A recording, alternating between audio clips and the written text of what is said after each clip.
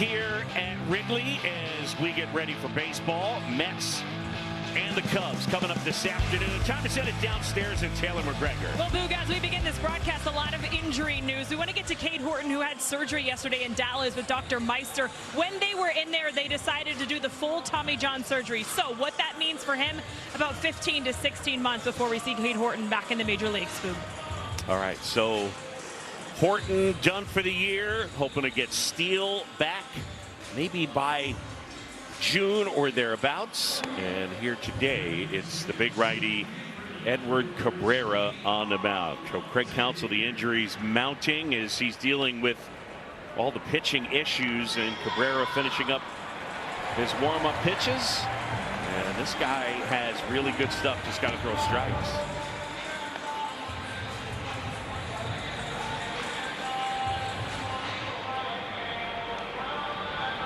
All right, so 8 walks, 8 strikeouts over the last 2 starts. Nobody actually has a lower in-zone rate than Edward Cabrera, and that one of the issues for him here in the early going. So walks and strikeouts here today. We'll see if he can pour it over and get the Mets to put it in play, because the Cubs have an outstanding defense. Carson Bench will step in, and we're ready to go here at Wrigley. Yeah, the first offering misses down and in. Ball 1. We are underway.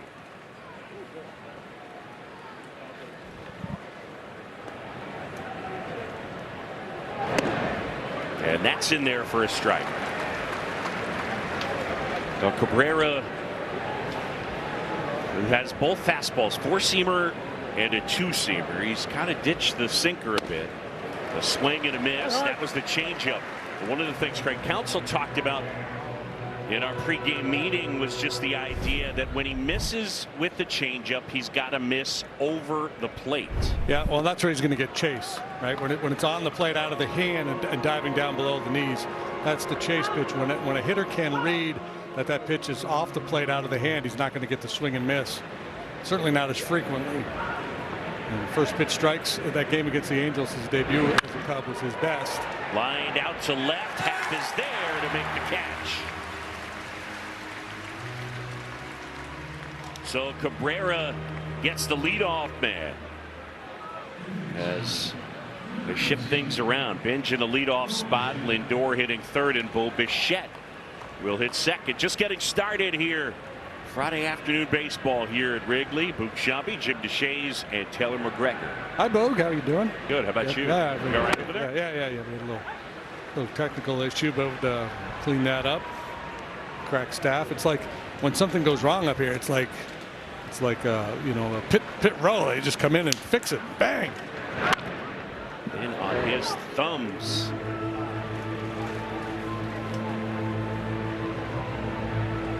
Shed, like so many Met hitters, off to a slow start, hitting just .228 on base at .271. The resume tells you sooner or later he's going to get things turned around. You say that about any number of these Met hitters. Outside corner, got him. Bichette didn't like the call, but he didn't dislike it enough to challenge. And it was on the edge. Yeah, 97 miles an hour right over the outside corner. Walk of shame back to the dugout for Bo. It's been one of the issues for Bo Bichette. His strikeout rate at 25% would be the highest of his career. And now it's Lindor. And the breaking ball in for a strike. That curveball. We talk about the changeup so much, but his curveball is excellent. And there's the changeup. Yeah, the change at 93. You talked about not throwing sinkers, but that changeup really plays like a sinker. Yep. Right? He throws it hard, gets great action. The curveball he can throw kind of just landed in the strike zone for a called strike, and then he can bury it and get chased with that pitch as well. So the stuff is off the charts. It's, you know, plus heater, good off-speed stuff. Command is the only issue. Yeah, and again, he throws 38.5% of his pitches in the strike zone. And that is the lowest in the majors out of 127 pitches, minimum 15 innings. Yeah, and I think because his stuff is so good, he doesn't have to throw a ton of strikes. He just has to throw enough strikes. Show enough, show the ability, get ahead, get hitters into swing mode, then he can expand. Lindor got that off his foot. Let's check out the Mets lineup. It is presented by Ford, and the Mets have really struggled to score to begin the year. Benj, then Bichette, then Lindor, Luis Robert Jr., Alvarez, Melendez, Simeon, Beatty, and Taylor.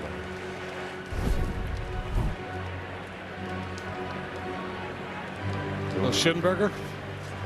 I think maybe we need to call the tow truck. That would be a prudent move. The 1-2. He laid off that time. Tight curveball. He's a big guy. They list him at 6'5", 217. I think could even be north of that 217. 27. And here comes the 2-2. And that is ripped right field. Suzuki is back. And it's off Say's glove and off the wall. PCA grabs it and fires it in. And Lindor has a double.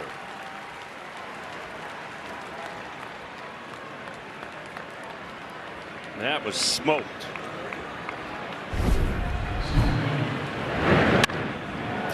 Yeah, initially it looked like it was going to be an easy double, but Say almost makes a play on it. Must have been pretty deep to begin with. Gets leather on it, can't haul it in. Hello, wall. And PCA does a nice job coming over to provide support. Two down man at second. And here's the former White Sox, Luis Robert Jr.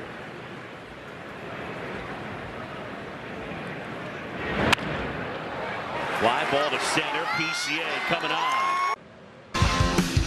Bottom of the first. Hey, we got a drone in the ballpark. No score. Cubs coming up to hit. And it goes like this.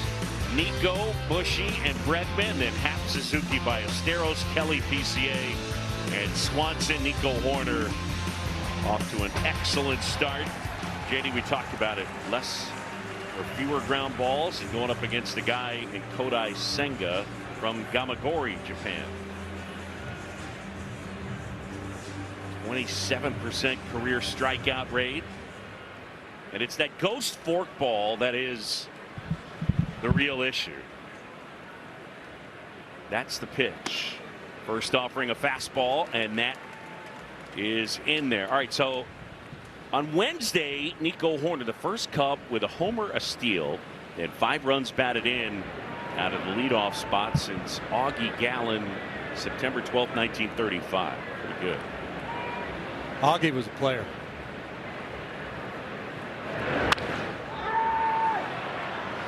Popped up to the right side. Simeon and Beatty. Simeon has it. So when you look at the numbers, retire. Excuse me, but when you look at the numbers for Senga, the 7.07 ERA certainly gets your attention. But we're, 3 starts into the season. His first 2 were actually good. Last time out against the A's, he had the worst start of his career. 2 1/3 innings allowed, 7 runs.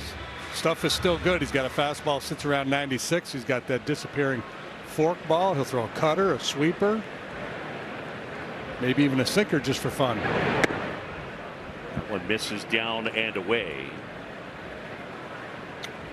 And he profiles, I mean, that's pretty neutral right there. I would say, yeah. And that's how you survive as a starter in the big leagues. Now this year you mentioned the cutter and the sweeper. Small sample size alert. But those 2 pitches combined, if you take the results, teams are 10 for 20 on the cutter and the sweeper combined. And that is downstairs. The other thing with his velocity, it'll start out in the 96-ish range, and usually by the 3rd or thereabout, you'll see something a little closer to 94. So we'll keep our eye on that. There's a strike to Michael Busch. He signed a 5-year, $75 million deal, Senga did, coming out of Japan. Through next season, when he's been healthy, he's been really good. An outstanding rookie year.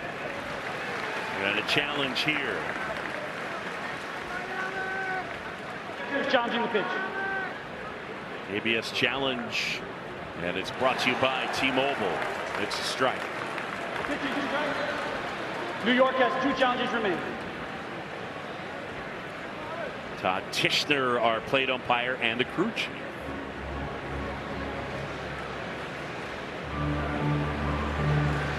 There's the rest of the group with Alex Tosi, Adam Hammery, and Austin Jones. Not familiar with Austin Jones. Nor am I.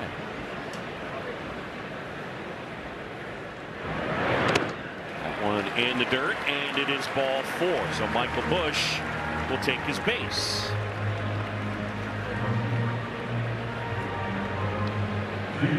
Man aboard and 1 out. No score here, bottom of the first.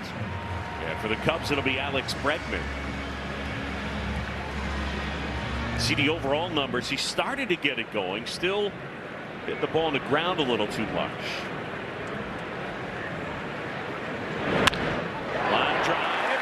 Fair ball down the line. Michael Busch on his horse around second. Benj picks it up. Throws it into second, and he holds Bregman to a solidly struck single. First and third, 1 away. Well, Cubs trying to pick up where they left off. They scored a bunch of runs in that series in Philadelphia. Bregman, a little slicing line drive right down the line. Alex Tosi with the call. Michael Busch with 1 peek. Sees the ball, sees the right fielder.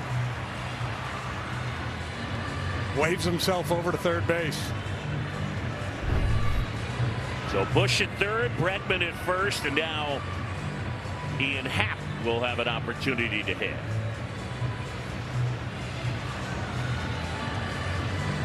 Happ hitting .212, does have 4 homers, 4 doubles to go along with it.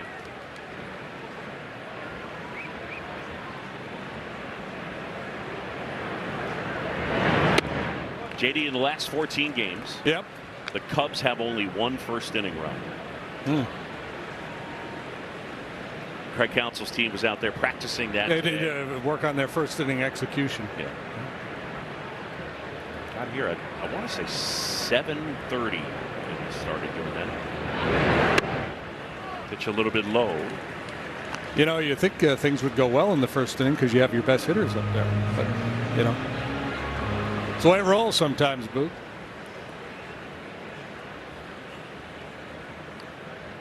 I always feel like they've been a really good 4th inning club. Here's a 1-1.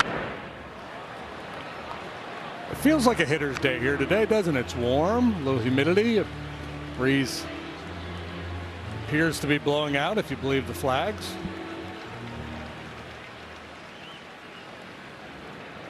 I see those flags. Happ back in, awaits a 1-2.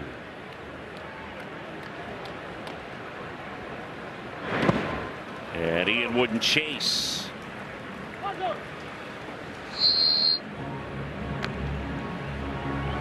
You know, at times when things go awry, it really just ends up falling to that ghost forkball, kind of a 1-pitch pitcher for Senga. Still in his career a 3.19 ERA, which is excellent.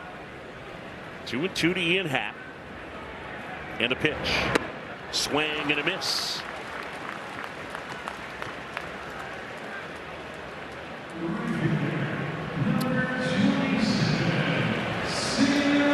You see the whiff rate. He gets a lot of swings and misses. Opposing hitters hitting just 118. You know, last year he got off to a really good start. Had a 147 ERA into June. Then he got hurt. Spent a bunch of time on the IL. Actually got sent down to AAA late in the year. Seiya Suzuki now.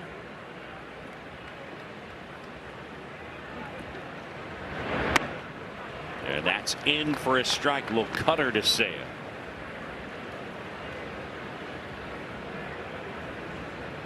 Suzuki at 261, still doesn't have an extra base hit.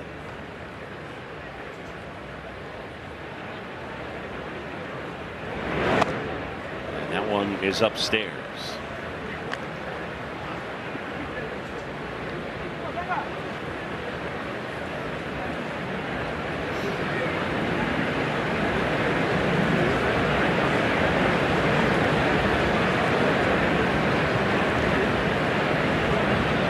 Senga 1-1. Swing and a miss. And there's the cutter darting away from Suzuki. Yeah, I got a little something extra on this cutter. 92 miles an hour running off that outside edge. In our conversation with Craig Counsell earlier today, he said he asked Seiya, I guess it was a pitch he didn't challenge in Philly, and Seiya said the strike zone's a little fuzzy to me right now. Yeah, not commenting about ABS. It just shows where he is right now as a hitter, just what his zone is and his sense of it. Yeah, saying that it felt fuzzy. Yeah, just not seeing the ball real well.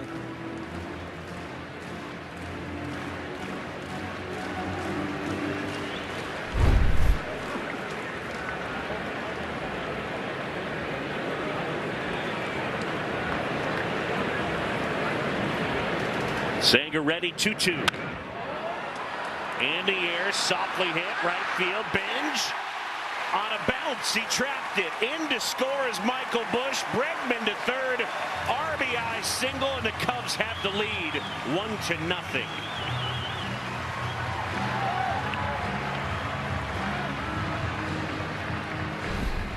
That big 2-out knock here for Seiya doesn't hit it all that hard. A little slicing fly ball. Heck of an effort by Benj out there and writing a real nice job making sure that ball doesn't get by him, because if it does, the second run is going to score and Seiya's likely standing on third base.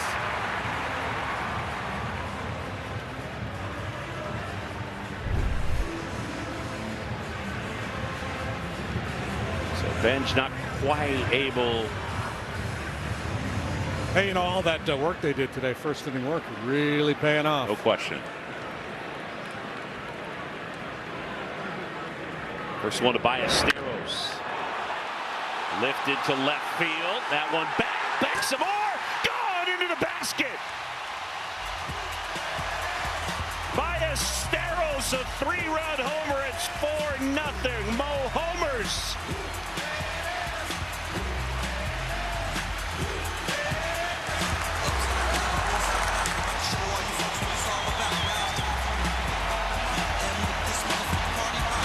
Home Run Replay brought to you by Toyota, official vehicle of the Chicago Cubs. Holy Moises! 365 to left, into the basket. And they put a crooked number on the board. Senga's not happy. Come on, man. Come on, Wrigley, don't do that to me. JD, Yeah. Moby is now 7 for 10 when he puts the first pitch in play this year.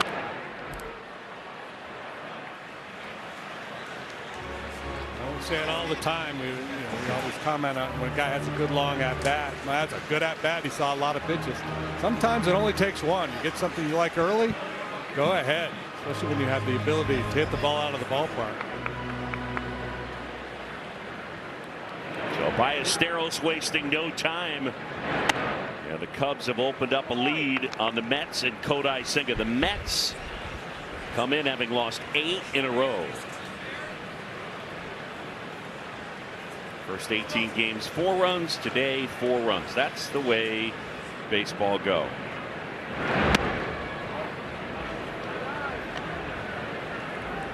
Cubs have scored at least 7 and have had at least 10 hits in each of the last 4 games.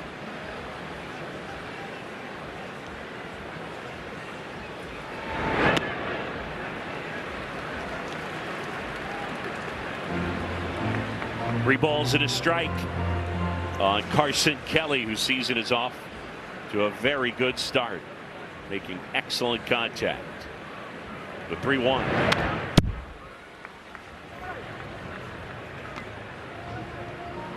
Senga, like, well, can't say every pitcher in the modern game, but most. They get into leverage counts. Rarely are they going to challenge with a heater. For him, he likes to throw that cutter or something with a little movement.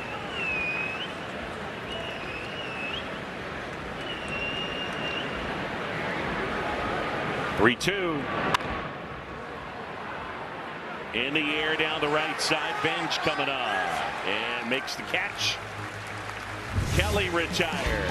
One play this season. And the Dodgers are 1, the Rays are 2, and the Cubs are 3. And when you look at the Cubs, last year they were the National League winner for the Gold Glove for a team, and this year already the defensive metrics 18 games in. Love them. I mean, they're third in outs above average, tied for third in DRS, second in defensive efficiency. So they're covering the field. We're covering inside the field, outside the field. And we have a helicopter too. Edward Cabrera back to work. And he'll face Francisco Alvarez. And that one misses for ball one. Alvarez, the one guy who's really been swinging it for them. But you look at the numbers, 4 homers and just 4 runs batted in. That's a strike. Mets are tied for 26th in runs per game, tied for 26th in homers, tied for last in on base percentage, 29th in slug.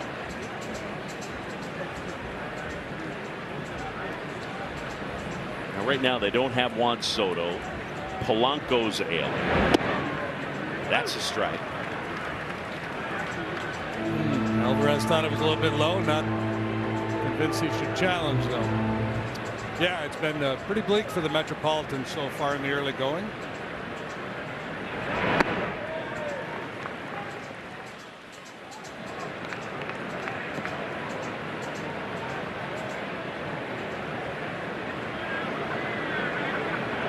Three-two pitch. And fouled off. They'll do it again. It's an 8-game losing streak that the Mets are on. They've been shut out 3 times, held to 2 runs or fewer in 7 of those 8 games. They scored 6 in the middle game of their series against the A's, but they gave up 11. 3-2. Out towards third. Fair ball. Bregman unloads. Throw. Pulls Bush off the base. It'll be an infield single.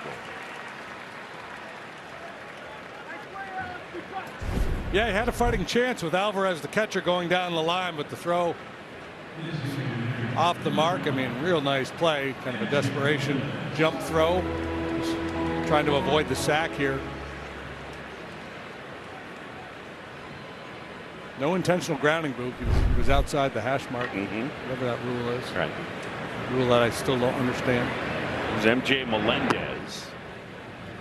And Melendez takes ball 1. That's the pitch right there that we were talking about with counts. The changeup that shows ball early. It's an easier take. If that pitch is on the plate and then dives down and away, he might get a chase there. He also might get a ground ball in a double play. Curveball missing, and now the count is 2-0. They signed MJ Melendez as a free agent February 12th. I mean, they're beat up. This guy is their DH today. His career slash line is 216, 297, 389.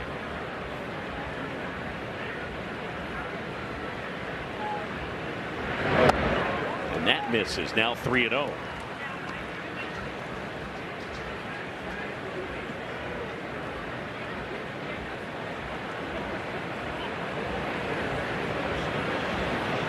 Cubs with the early 4-0 lead. We're in the second. And that's through there for a strike.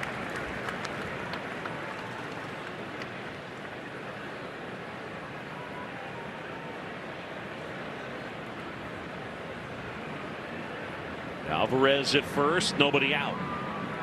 3-1. Cabrera kicks, fires. That's in for a strike.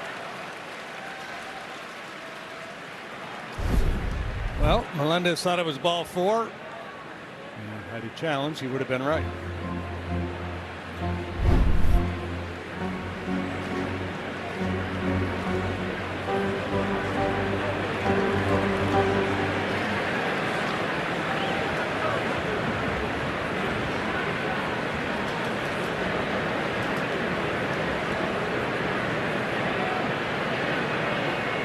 Three-two. Drive and a base hit into right field. A sinker at 97, and Melendez just whistled it into right, and now there are 2 aboard and nobody out. Does a real nice job clearing the hips, dropping the head on this ball. It's down and on the inner third.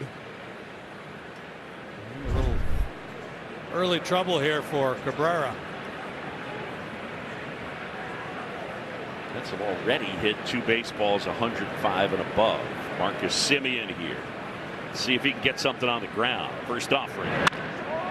Line drive out towards left center field. That's going to touch down. It'll bang off the bullpen door. 1 run is in to score. Melendez is into third, and into second is Semien. And just like that, it's 4-1, second and third, and nobody out.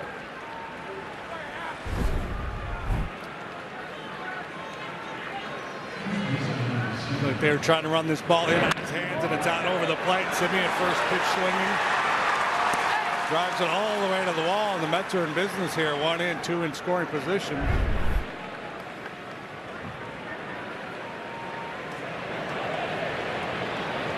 And now it's Brett Beatty. Beatty getting the start at first base. Infield stays back. Trade a run for an out here. Michael Busch creeps in a little bit at first.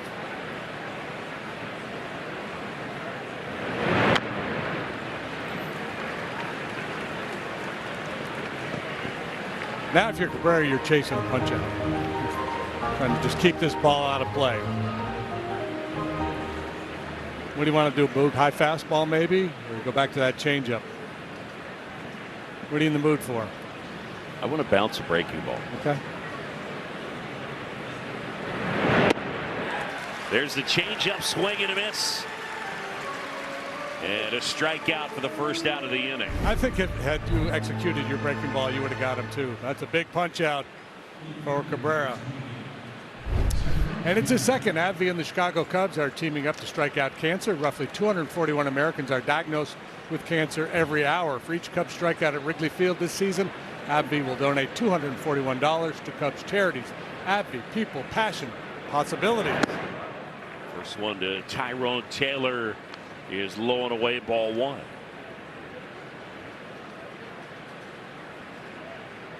Are you slowly taking the AbbVie read away from me? No, I think our producer Mike Leary, I was talking about strikeouts, so I think it was a seamless transition on his part to have me read that. Way to go, Mike Leary. It's good producing. And it's fun because it's a long read, so you got one eye on the pitcher and one eye on the card, and you're hoping you can finish it before he pitches. So there's a lot of stress involved.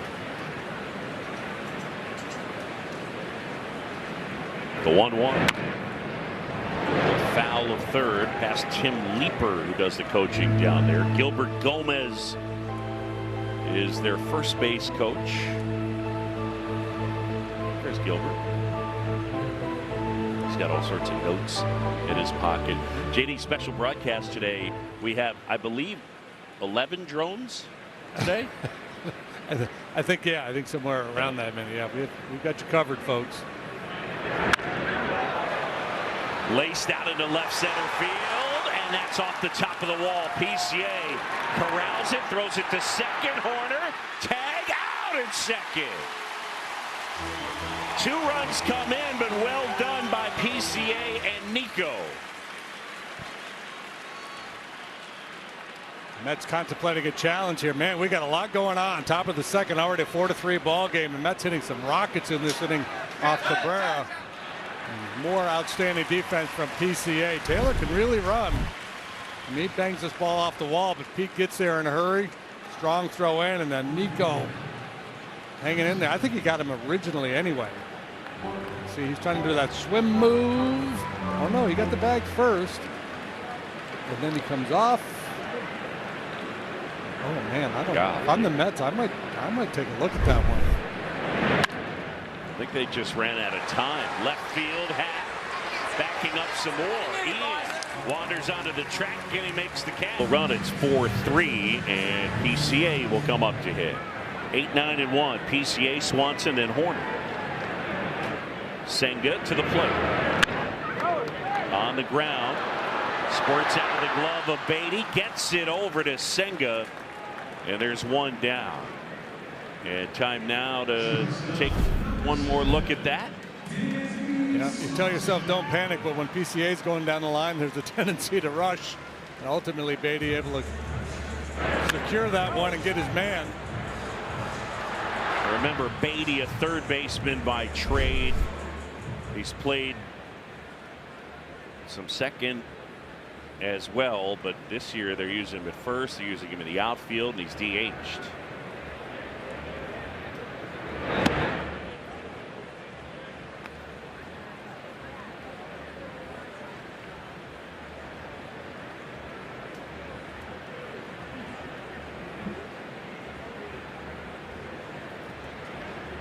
The 1-0 to Swanson.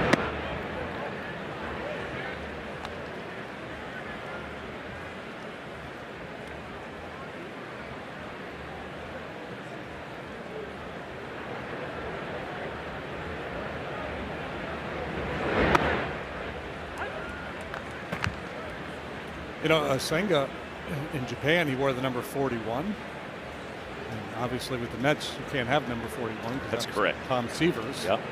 So he had the fans vote as to what number he should wear. I love that. He almost went to the helmet.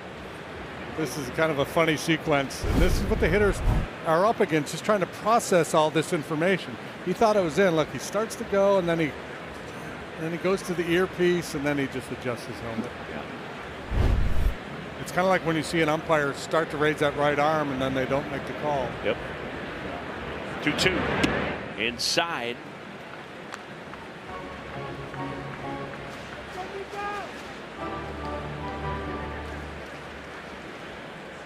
One out, bases empty. Swanson 3-2. Cubs lead it by a run, and Swanson wouldn't chase. Dansby continues to take his walks. Reached base safely now in 11 consecutive games. His OPS during that stretch up over 1,000.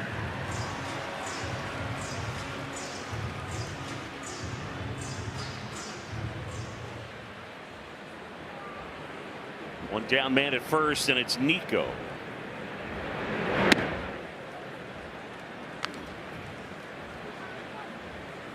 All right, Intelligence Center powered by CDW and Intel.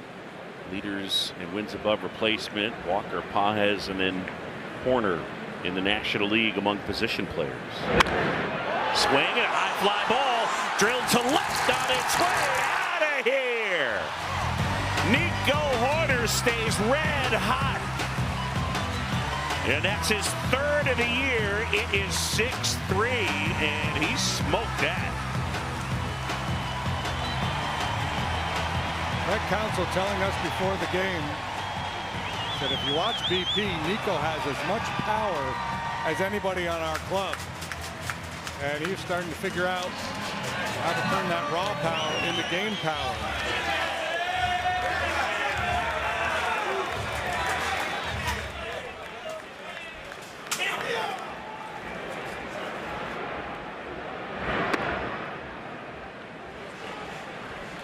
He is off to some kind of start. Great to see.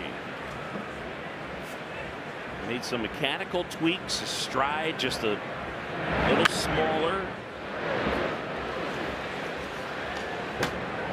Yeah, and the other thing is fewer defensive swings, right? He was wired as a hitter to not strike out. So slow the bat down, let the ball travel, shoot it the other way, and all those things serve you well. But as you mature as a hitter and you learn how to catch the ball out in front, but look for certain pitches and certain counts, and then the power will start to show up, and that's kind of where he is now. This home run brought you by Hefty strength you can trust. Yeah, I gave you 4 Hefties, Hefty. That's free of charge.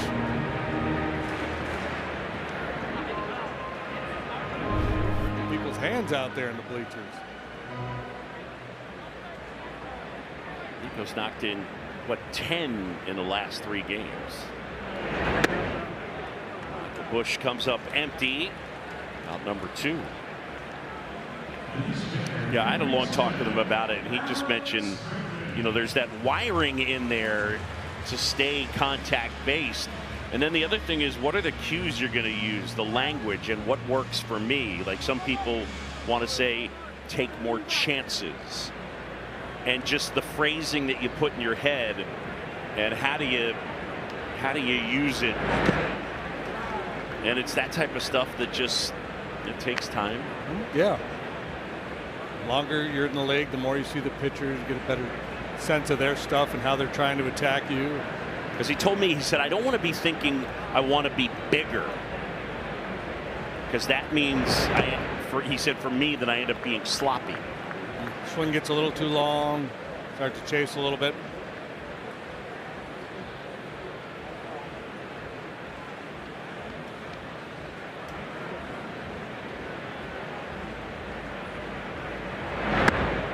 Good eye by Bregman.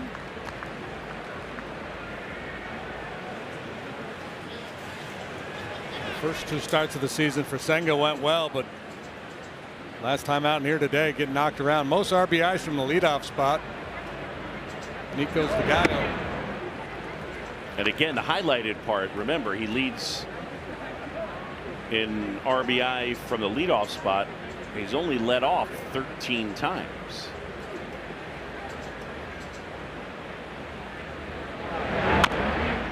Bregman dribbles it foul. Alex laced a single the other way and scored in the first.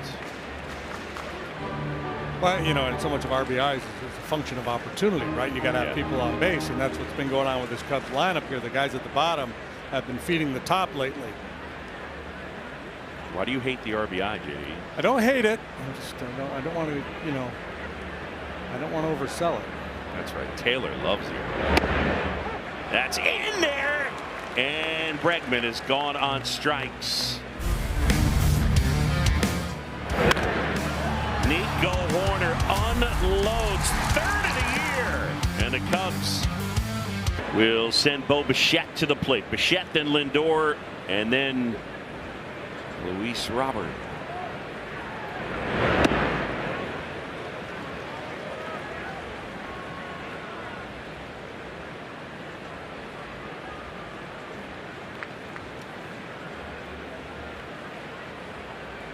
The 0-1, too high.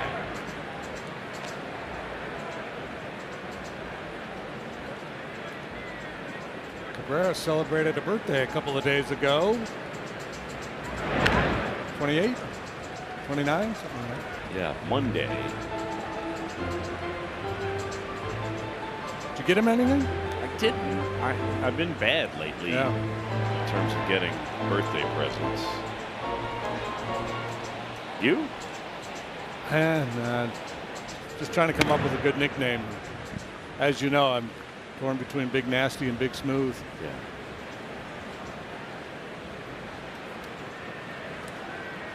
He turned 28 on Monday. Santiago in the Dominican Republic. 2-2 in the dirt, and a curveball missed.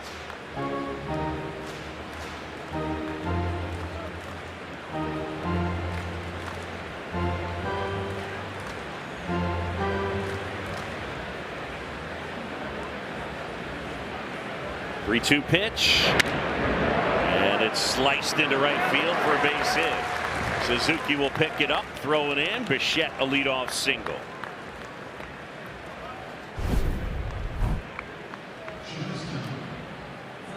Tried that changeup. Bichette just pings it the other way. He's got an interesting stance, doesn't he? The way he coils that bat behind his back.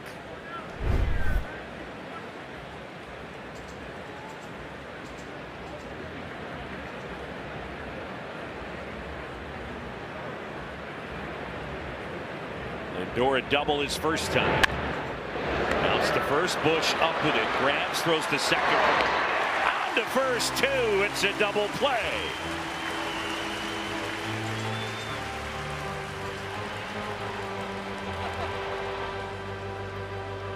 Select double play turned here by the Cubs, and it's brought to you by Elgin Hyundai, home of the 20-year and 200,000-mile warranty on every new car.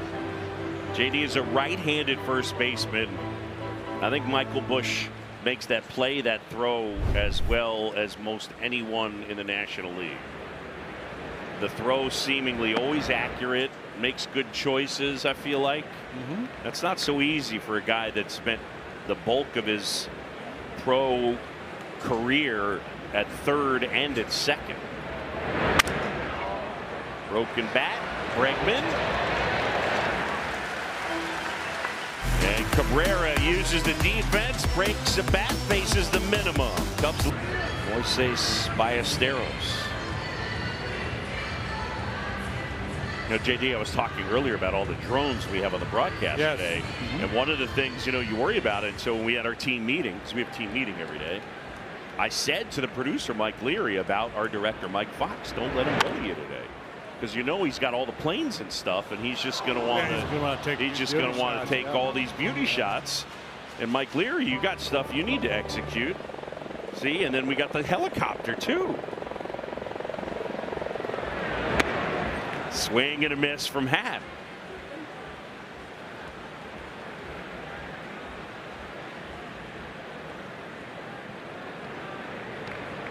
Fox is just thrown it in our face. Ready, drone, go, drone. They're challenging this one, Catcher is challenging the pitch. The pitcher's challenging the pitch. ABS Challenge brought to you by T-Mobile. You say the pitcher or the catcher? What do you say? I don't know. It ended in sure. It was one of those two. I'm guessing catcher.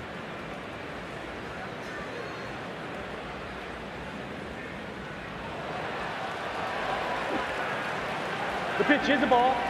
New York has one challenge remaining. Did you hear Todd Tishner right there? The pitch is a ball. Yeah. I was right. Confirmed. Can confirm. 1-2. Nobody on, nobody out. Senga listening in says yes. The 1-2. Good eye by Ian Happ. Yeah, I'm not, you know, Alvarez challenged earlier and was right, but he obviously he's pretty aggressive. I don't know that that's a good time to use that challenge. 2-2. That's down and in. I mean, if I'm going to challenge in that situation, I got to know. I got to be like, that ball is right there. No doubt in my mind that's a strike. We're in a 3-run game in the 3rd inning. Nobody's on base. Check swing. Did he go? No swing. Austin Jones down there. That's a good at bat from Ian Happ. Leadoff man is aboard.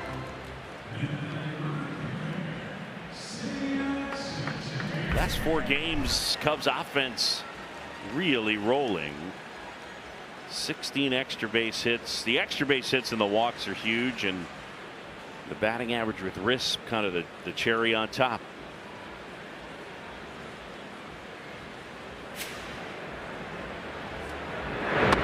Yeah, that coming on the heels of a stretch where they were really struggled in those situations, and that's, you know, you can certainly could anticipate some regression there.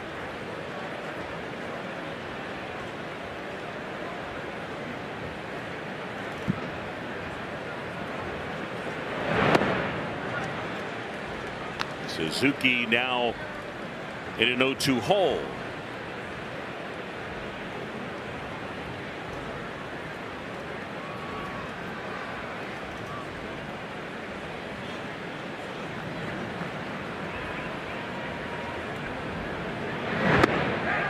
That one downstairs, check swing, didn't go. Alex Tosi down there.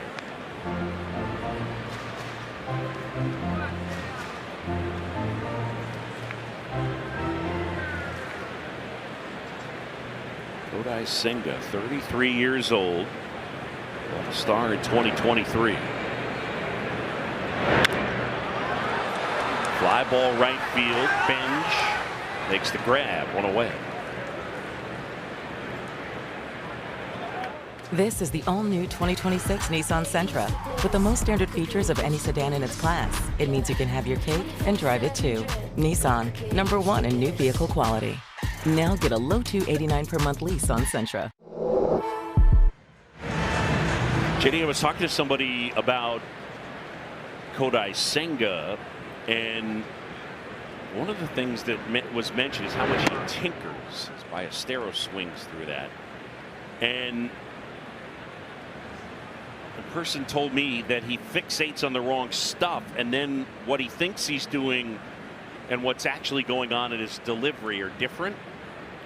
And then it gets difficult to help him. So that it is in his mind, he thinks he's doing certain things. And then the data, the kin tracks the video show that he's actually doing something else, and he can be super stubborn. Yeah, well, that's, it's interesting, right? Because stubborn sometimes can be a good attribute for an athlete. You believe in yourself, believe in your stuff, believe in your approach, but it can be detrimental as well. Yeah, it can cause friction, and again, it's difficult. Especially if they have evidence to support their argument. You need to be doing this. Flared into right field. That'll touchdown for a hit. Benj collects another hit from Mo B. He's 2 for 2. He's having some fun playing the game. Home run the other way now off that fork ball. He's out in front of it. He got fooled by it. But the swing stays in the zone long enough to make some contact.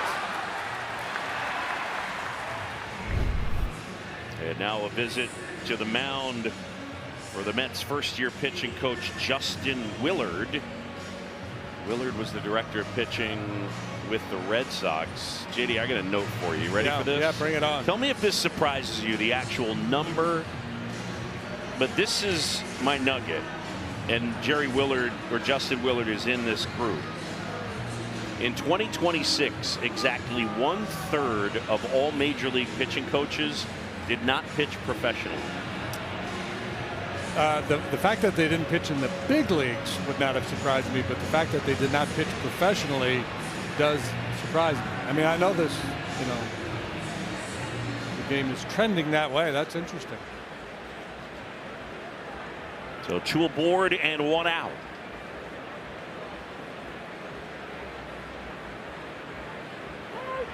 And time call. Oh, it's a pitch clock violation. And it's 1-0. I love the way the umpire hops behind the plate. It's like he got stung by a bee when the pitch clock timer goes off. Yee. Maybe they got a little taser in the back pocket. They do actually.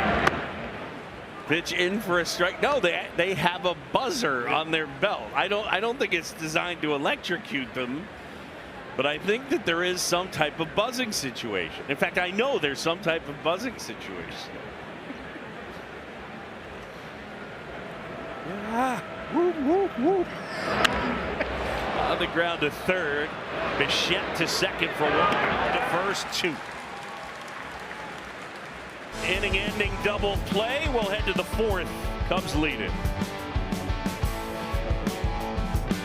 Here at Wrigley Field with Edward Cabrera on the mound. When you ask Cabrera about his childhood, he will tell you he didn't grow up watching baseball. In fact, didn't even start playing baseball till he was 13 years old. What he was watching though, Boog? Superhero movies. He said he was obsessed, and now he sort of views himself as a superhero within the context of a baseball game, and so much so that his entire right leg is covered in superheroes. Take a look at some of these. We have Superman, Batman, Captain America, and then Iron Man. That's his entire right leg. He spent the last 2 years getting those tattoos done. And it's really just a reminder to him that when he's out there, he can be unstoppable, just like those superheroes. And by the way, Boog, as I throw it back up to you, it's quite rude I never had the chance to defend myself against RBIs, to which I will say I'm allowed to change my mind. Fair enough, T-Mac. I'd like to apologize. Bregman gathers it in. Stretch. Nice play. It's the second time that Alvarez has tested Bregman here today. First time it went for an infield hit. This time Alex able to get around that ball and then the throw on the money. JD, if you could get a tattoo of any superhero on your leg, yeah. what would it be? I don't know. Green Lantern. Okay. I love that Cabrera mixes and matches with Marvel and DC guys on his leg. How about the Lone Ranger? Does he count? He's not a superhero, is he? You know what? I think I'm sure there was. Right? I bet you there was a Lone Ranger comic book, right? At some point. I think. 2-0. Yeah, now 3-0. JD, ask me. I apologize. What superhero tattoo would you get, Boog? Spider-Man. You know, you could have offered that without me asking. You could have just said, "Not me, pal." Ball to 4 to Melendez.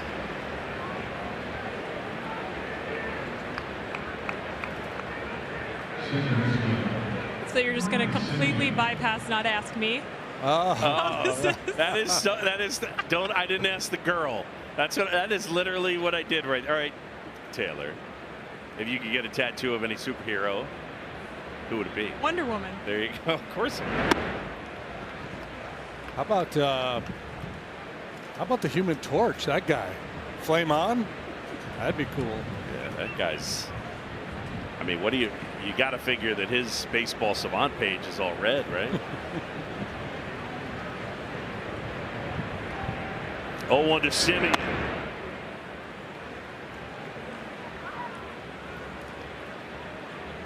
And I think the natural follow-up question is, what would be your superpower? I want to be invisible. Really? Yeah. The 1-1. What would you do with your powers of invisibility, T-Mac? Would you be a high-level snooper? Well, I've always wanted to be a spy, so Okay. quite useful. Yes, good. Invisibility, no question. Well, you know Wonder Woman has the golden lasso that makes people tell the truth. Which, I like that. Listen, we would go from 80% accurate to 100% accurate. Keep everybody accountable. That's a fair point. We're getting somewhere with these superpowers. Here at Wrigley, we're in the 4th. 6-3 Cubs. Spider-Man, the Human Torch, and Wonder Woman with you.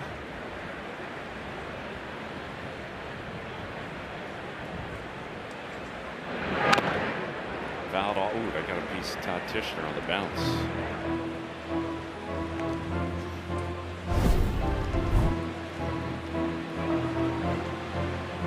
Boom, boom. Two for the price of one. Simeon, who came over from the Rangers in the Brandon Nimmo trade.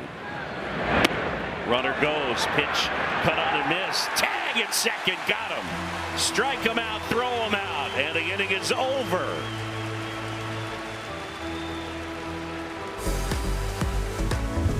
Great throw by Carson Kelly, Nico Horner, and Moises Ballesteros. PCA starts it off. And a pitch outside. JD, what have you been seeing for PCA at the plate? Well, I would say kind of moving in the right direction. He just missed one there. He's had some pitches. And Roberts struggling. Oh boy. He was able to find it, but there was a problem there for a second. You know, I think the swing decisions have been pretty good.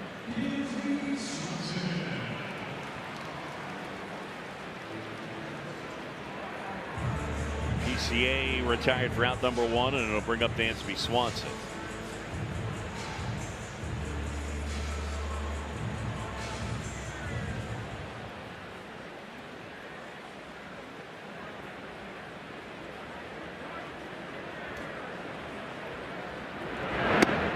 One thing that's hurt PCA is it's just faced a lot of nasty left-handed pitching. That doesn't help at all.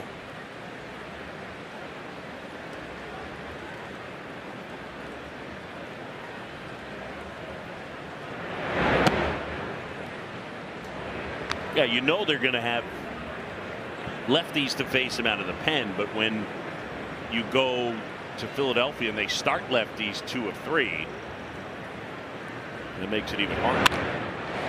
On the ground towards the hole, sliding stamp machine gets up, safe.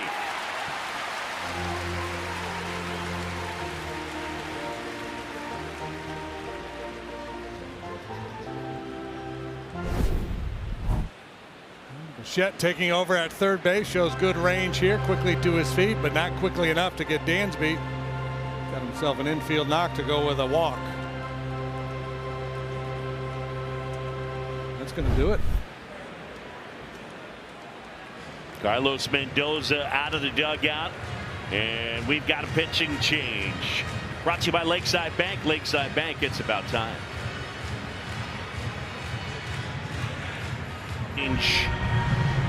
As the Cubs lead the Mets 6-3. Oscar Brazoban will take over. Well, Oscar is off to a great start.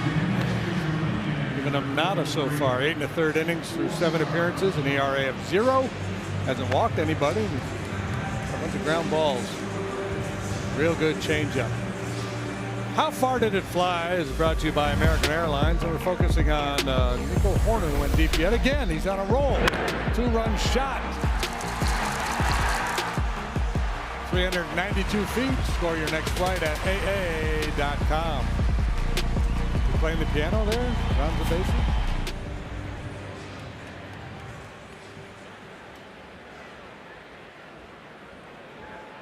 One on, one out. That's in there for a strike. And the throw back to Brazoban gets past him.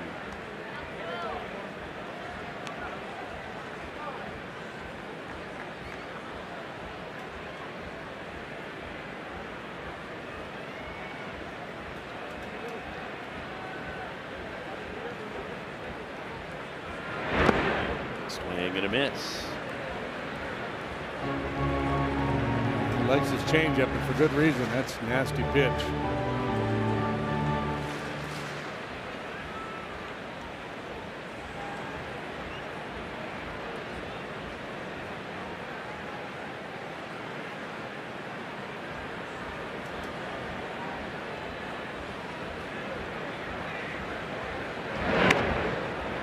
I'm talking about Nico and his tweaks he's made to, not just the stride length, but just in terms of his approach. So down 2 strikes, then you kind of go back to being old Nico, right? Let the ball travel, be willing to shoot it the other way. I mean, that's the best hitters in the game are those that can play both games. They can slug, they hit for average. They take walks. Judge fella comes to mind. Yeah. Chopped off the plate to third, waiting on it. Bichette. He'll have no play. Infield single. That'll do. Ernie Harwell used to call that an alabaster blaster. Chopper right off a home plate. Nico sees the high bounce, head down.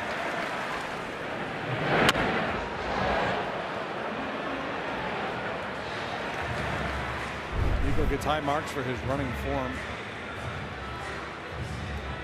Straight line technique.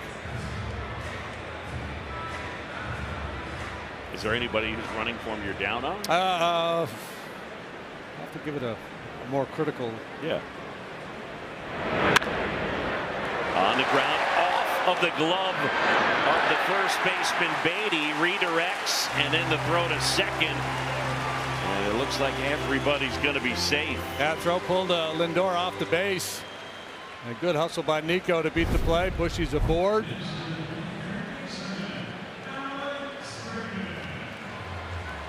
We're going to give him a base hit here. I think the biggest mistake was probably the decision to throw this ball to second base. I think they had Michael at first. Yep. If Brazoban was over there, I think he was. But right now, Michael Busch will take a hit any which way he can. It's been a rough go for him.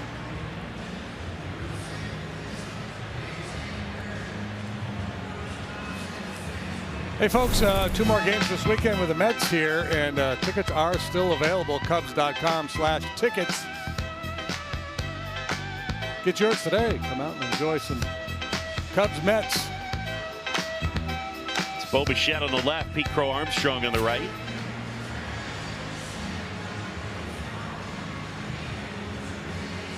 Chance to blow this thing wide open. If there is such a thing on a day like today. Yeah. Be interested to see what he gets and what the approach is from Bregman. Knows the strike zone really well. Brazoban. Ball 1.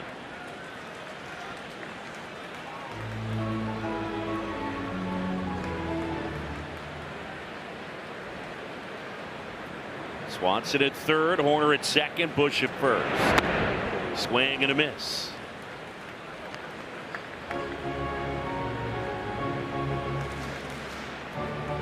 Alex Bregman could quite catch up with that sinker at 96.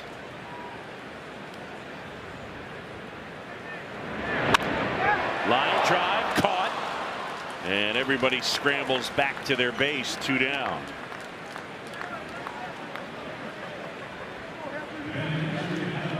It reminds me of the conversation I had with Quentin Berry the other day. He did a drill in spring training with his base runners. He said, we're not freezing on a line drive. We're going back to the base on a line drive. You hold your ground, they're going to double you off.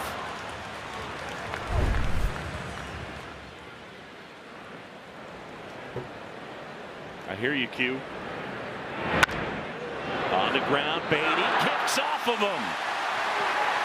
Happ is aboard. A run comes in at 7-3, and Beatty's having a rough day at first. Yeah, even the plays he's made, he's had a hard time handling the ball. That's about as routine as it gets.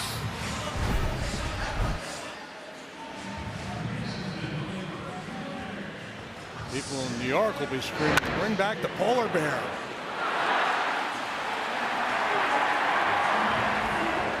I think they kind of have been.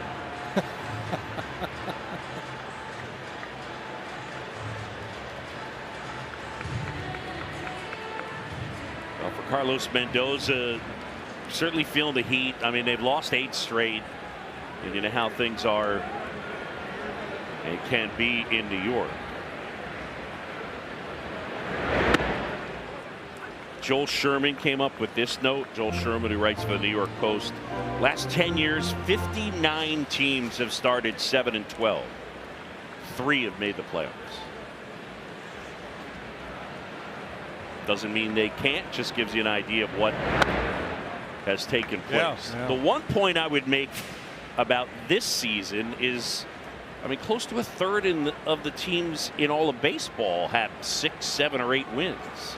And this is what's been going on in the last not great 8 for the Mets.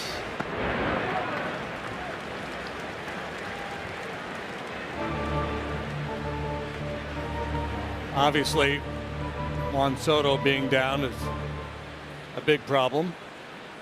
He's got a calf injury. They're hoping he'll be back on their next homestand. Kind of highlighted some of the individuals that have scuffled here in the early going. Jorge Polanco's been bothered by both wrist and Achilles issues. It's foul of third. Is that Fabian down there? It is. Yeah.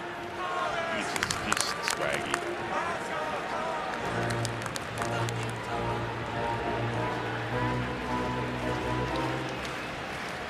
Three and two outs. And that's in there, and Suzuki is down on strikes. Cubs pick up a run. They leave him loaded. 7-3.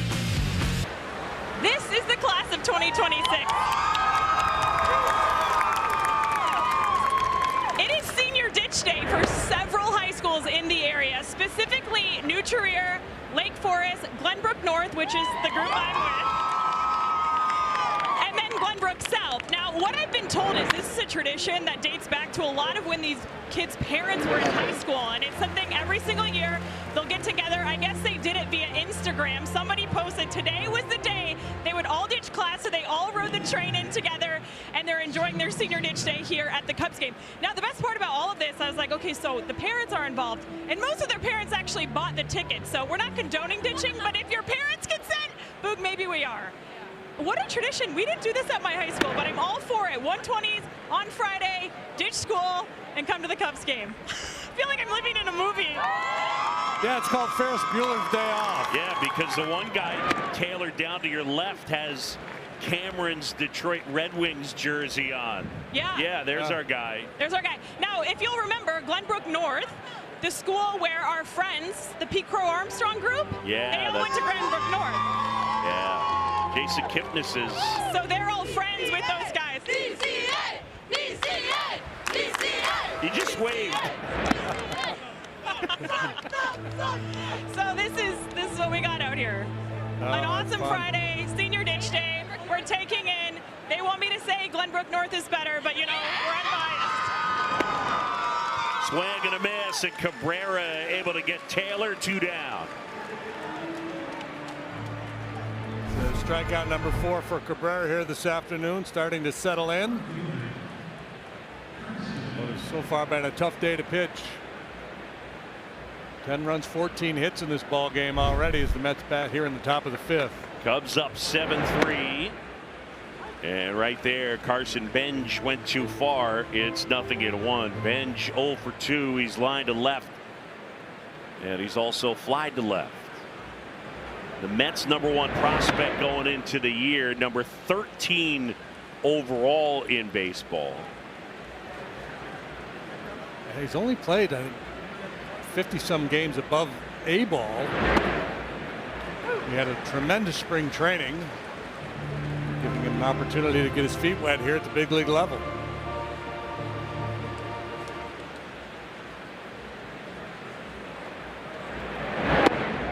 Little bit low as Benj was tracking that one into the mitt of Carson Kelly. Cubs have gotten homers from Nico Horner.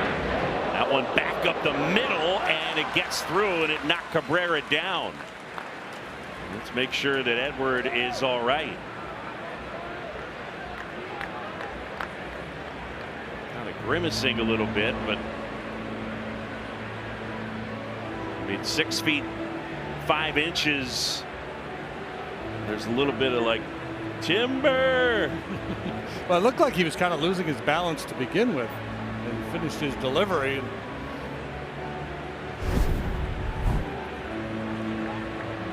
Yeah, he was. You're right. That's a great point. And then it got a piece of him on the way through. Yep. He was kind of left into a defenseless position, and on the ground, that line drive was head high. Looks like he got his non-throwing hand or arm. Thumbs up.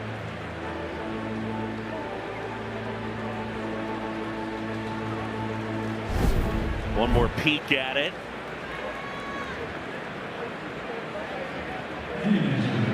At that point, you're just going into self-defense mode. I don't think it got him. Did you think it got him, or did it? I think it hit him somewhere along the way, but I don't know. Just from diving down. Man at first. Here's Bichette, takes inside, pulls the hands in tight. Let's take another look. Let's pay close attention here. This ball hit him or not? Don't know.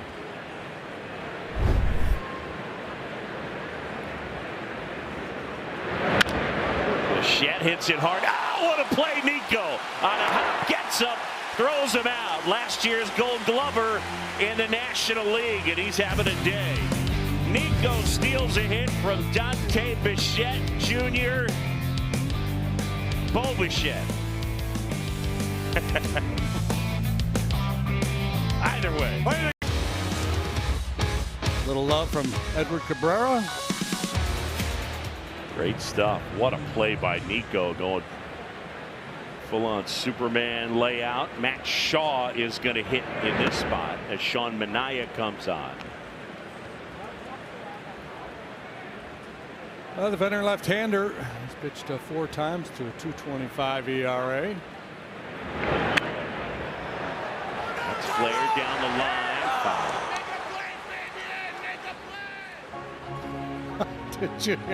Did you hear?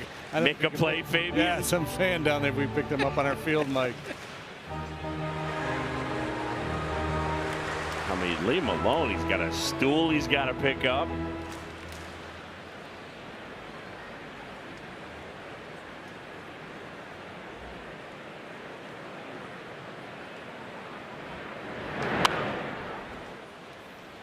Well, Matt Shaw hitting in the 9-hole in Philadelphia the other night had himself a night. Not 1, not 2, but 3 two-base hits for Matt Shaw. 1 into the gap, 1 down the left field line, and then for good measure, he carves 1 into right field for his 3rd double of the night. Now he's got to move the feet to get out of the way, and 1 and 2. That was Wednesday when he had the 3 doubles on Jackie Robinson Day. That one just missed it. And I think it's cool that Minaya, yeah. I think it's cool that the Cubs always celebrate Jackie Robinson Day, even if it doesn't fall on the actual day of the schedule. Swing and a miss. Minaya able to get Shaw 1 down.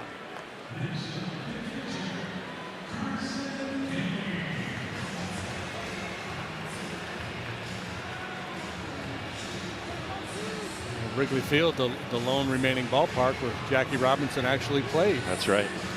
Big league ballpark anyway.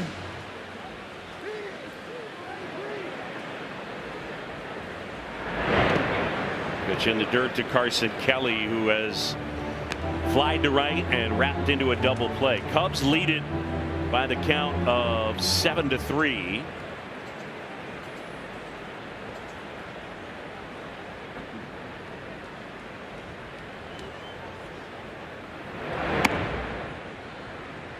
We're talking about Carson Kelly and swinging a hot bat. I mean, his exit velo is by far the highest of his career, and he's in the top 10 in hard hit rate. So far this year, if you want some context, if you hit the ball hard 95 or above, batting average in the majors is 467. That's a strike, says Todd Tishner.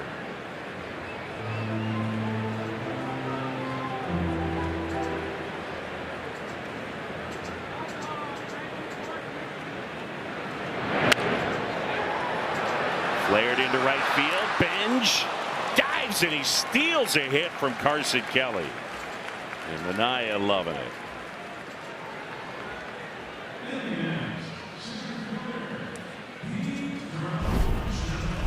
Benj has had a busy day out there and right. It was interesting. Alex Tosi, the first base umpire, looked over at Adam Hemery at second base as if to say, "What do you got?" And Hemery didn't make the call, so Tosi said, "I got it. I got a catch."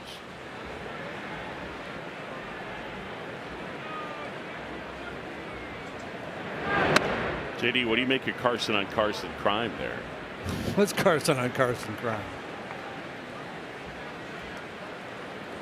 Hardly seems fair, Boog. I know.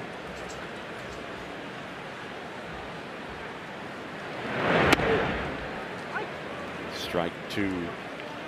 Pete Crow Armstrong. PCA 0 for 2. We're talking about all the left-handed pitching he's faced. Now he's got to deal with this tough angle from Minaya. StatCast powered by Google Cloud. He made a spectacular catch in Wednesday's ball game in Philadelphia. Sinking line drive. Close that gap in a hurry. Lays out. Hauls it in. Had a catch probability of 15%. So it's where he was positioned, how long the ball was in the air, all that good stuff. Covered 62 feet and 28.1 feet per second. Minaya gets PCA to wave at that one. 1, 2, 3 go the Cubs onto the 6th. Absolutely, they're spilling tea. I love T-Mac's hit with the kids on. How about the energy out there, huh? Oh, it's so great. They're just so happy and energized. Yeah.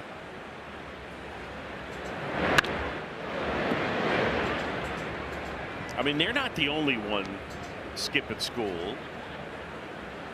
No. This is a little bigger. I mean, you're skipping school for your first Cubs game. Yeah, it's a big deal. Glad you're here.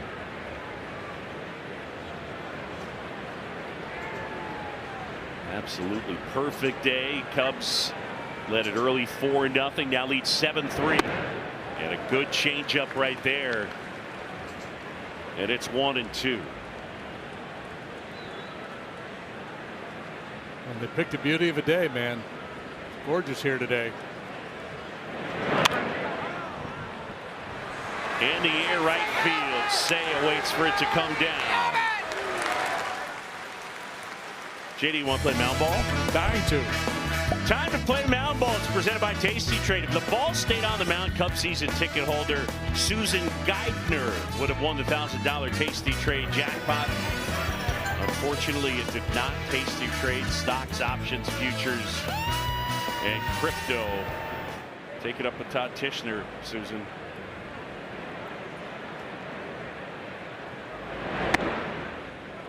First one in for a strike to Luis Robert.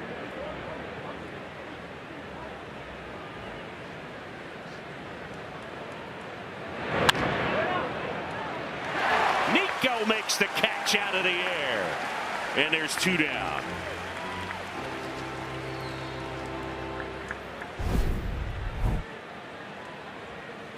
This one kind of hung up there. Yeah, and just off the end of the bat a little bit, but Nico well positioned. JD, did you see on that fly ball to right field? And we've seen the wind is picking up. It's going right to left now, and it's been a hitter's advantage wind, which is, for the most part, the minority situation or conditions at Wrigley Field. But Pete Crow Armstrong was playing effectively straightaway center field, and that fly ball from Francisco Lindor, he ended up right next to Seiya Suzuki, just because, well, because he's that fast and he can, but because this is, watch your center fielder and watch where he ends up, because he's going to come into your shot right there. So that's what you got to do. And when you play at Wrigley Field, and obviously the Cubs play here a lot, so they know the potential danger with the ball in the air. Make no assumptions.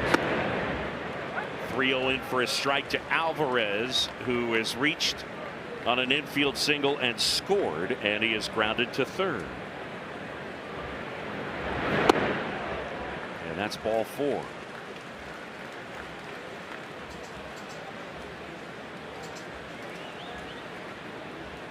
If you think today was hard, try living one day in this man's life. Liam's had 5 heart surgeries. Let's go, Liam! One of my best days ever. Mets have had base runners in every inning, or at least a single base runner in every inning. That one laced into right field, base hit. Suzuki collects on a bounce. His throw in is cut off, and they're at the corners. And that was hit hard by MJ Melendez.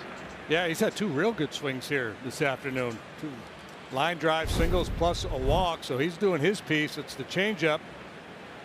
Oh, man, he sticks his nose right in there. In terms of quality of contact, the Mets have actually hit more hard hit balls here today than the Cubs. Yeah. I think that's the 6th ball they've hit 105 and above. Cubs have turned a couple of double plays, a strike him out, throw him out double play back in the 4th.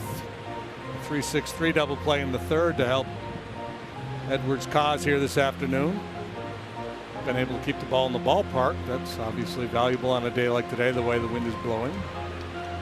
And remember, Daniel Palencia went on the IL before the game today, so it's a completely different look out there in the Cubs bullpen these days. There's been so much turnover. No Palencia, no Maton, no Harvey. So who closes the game? I have no idea.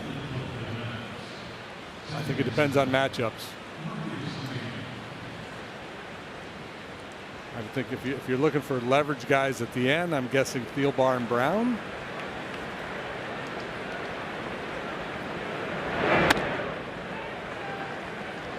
Curveball spun and was a little too high. Ball 1 to Marcus Semien. Semien an RBI double his first time he scored, and he's also struck out. Cubs with the lead. We're in the 6th, 2 away. And a check swing and a foul. Palencia going on the IL early today. The Cubs have not replaced him yet on the roster. They'll bring somebody up for tomorrow's game.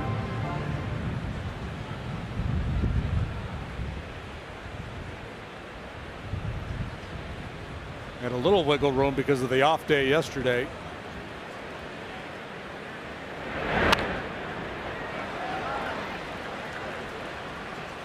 And I'm not sure on this injury with Palencia if this just kind of came out of the blue, if something's been bothering him a little bit.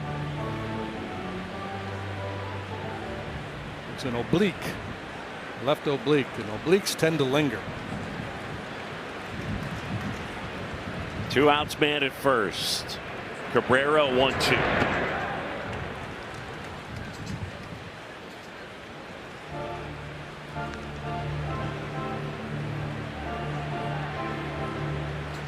Pitch count climbing. I'm sure Craig Counsell would love to see him get this final out and then be done for the day. 2-2.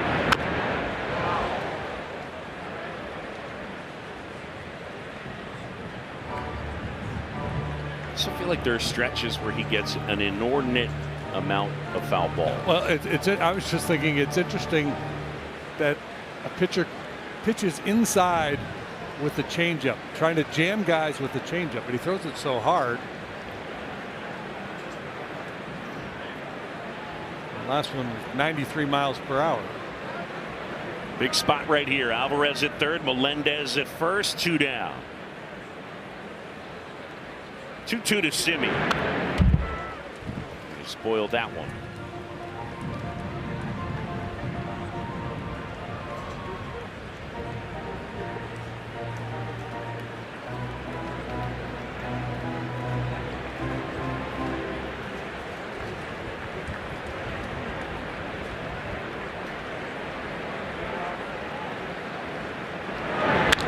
Swing and a 1 hop. That's to third, and Bregman goes the short way to Horner, and that'll do it in the top of the 6th. Met Ambassador at Wrigley Field through the 8th inning of each game. Now through the end of Sunday's game against these Mets. We're guaranteeing you 75, but it'll be a lot bigger than that. I was talking to Dave, there's Dave right there.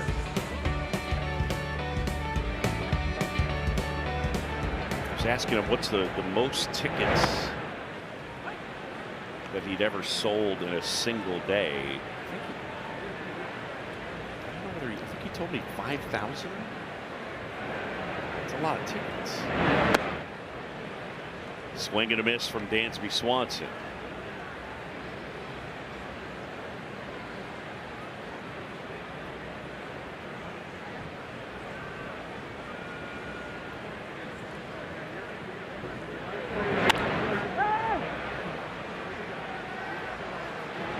Right field, and going out is Simeon. Saturday, May 2nd, Cubs take on the Diamondbacks at 1:20, and the first 10,000 early arriving fans will receive a Kerry Wood bobblehead presented by Coca-Cola. Don't miss this moment. Visit Cubs.com/tickets. Just a really chill music going on there. Really good. Well, yeah. The band, they have the piano in the truck. Yeah, they just kind of slowed it down. Yeah. So you were waiting for me to come in and hello, friends. A tradition like no other. At May 2nd, just a few days before the anniversary of the Kerry Wood 20 strikeout game.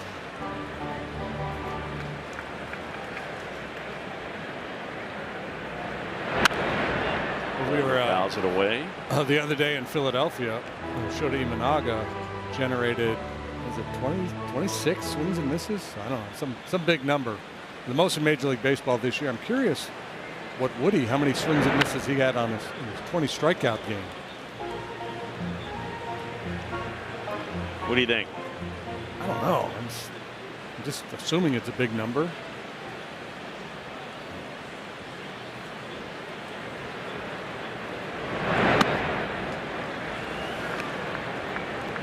Guess we could go online and look at the play-by-play, the pitch-by-pitch, and figure that out. That's a good point. A good research project for somebody.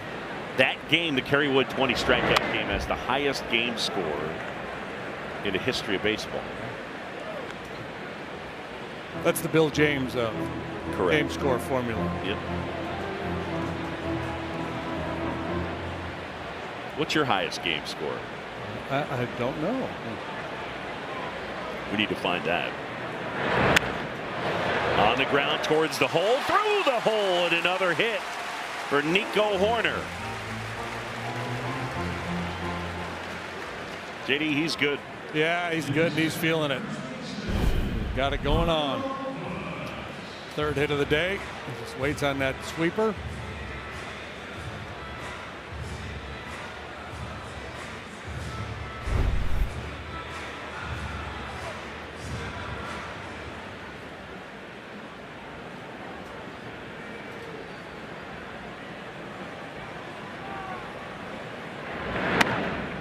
First one to Bush, check his swing, down to third, and no swing, says Austin Jones.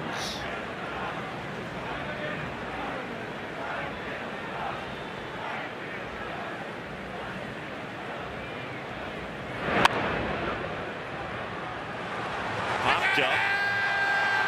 Oh boy. And coming in and making a sliding catch is Tyrone Taylor. And Bush is out. Off the bat, this looked fairly harmless, but kind of drifted into no man's land out there. Taylor ultimately takes charge and makes the play.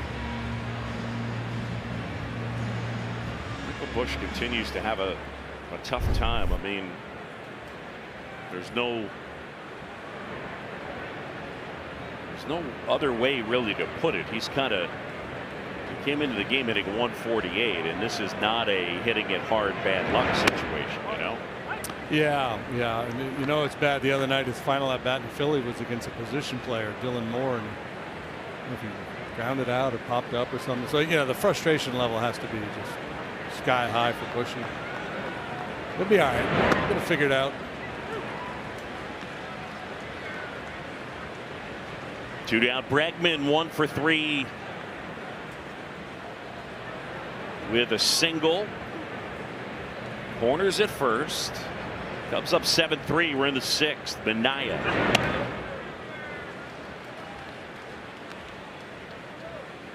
I know in 2024 Sean Minaya made some mechanical adjustments and decided to drop his arm slot a bit and deliver a bit more like Chris Sale.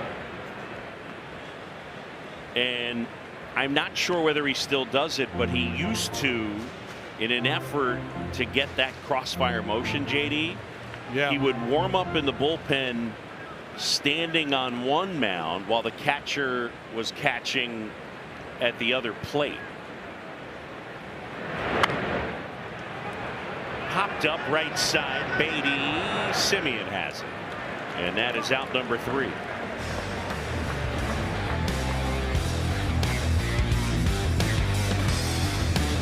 Before the game was placed on the IL with an oblique injury. So you're thinking these injuries are starting to pile up. What about the other guys as they work their way back? Well, Hunter Harvey still has yet to throw as he's dealing with right triceps inflammation. So we'll keep you updated on his status. Phil Maton will throw a bullpen tomorrow as he deals with right knee tendonitis. And that bullpen will just be an indication of where he's at. No real timeline for him.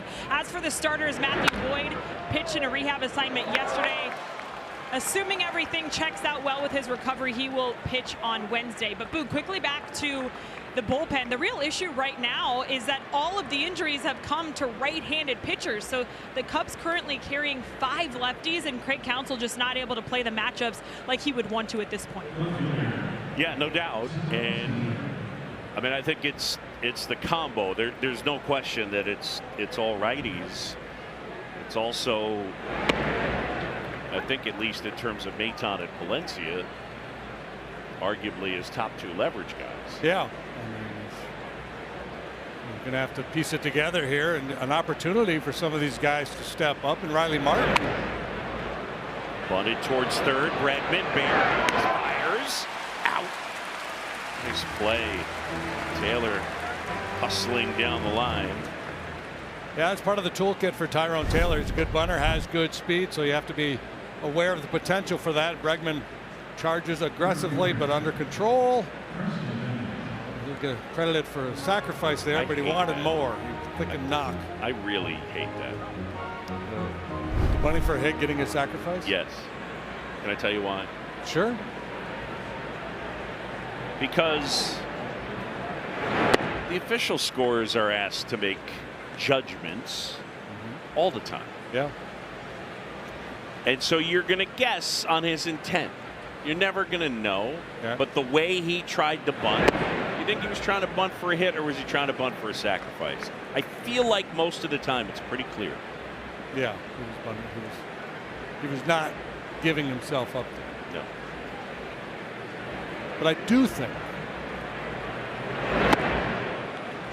think there's sometimes in a hitter's head he goes up to the plate, I'm going to bunt for a hit. And if I don't get the hit, at least I'll move him along if I get a bunt down. So there's that element of it. Do you think it's that, or do you think it's I won't get credited for an at bat? Could be that too. Okay.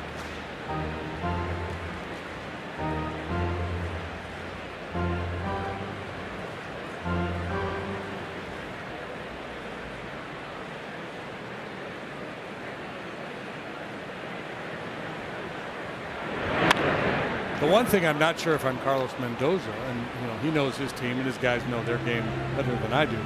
I don't know that I want anybody putting the ball on the ground intentionally on a day like today at Wrigley, especially when I have the platoon advantage. If I'm a right-handed hitter, if I got any pop at all, I could hit the ball in the air to left. But, we're down 4 runs here. Trying to hit the ball out of the ballpark, or try to drive the ball. I feel like you just did a better job of. The catcher is challenging the pitch. Go ahead, Carson Kelly. ABS Challenge brought to you by T-Mobile. The pitch is a strike. Chicago has 2 remaining. Ring him up. Yeah, see, that's when to use it, right? Got a man in scoring position, and it's a decision pitch. Out or not out.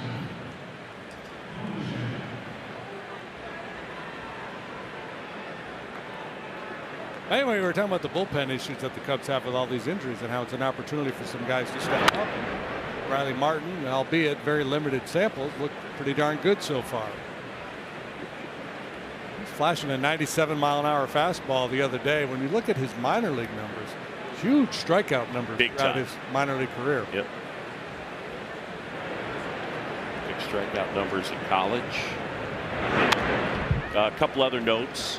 Kerry Wood got 24 swings and misses in the 20 strikeout game.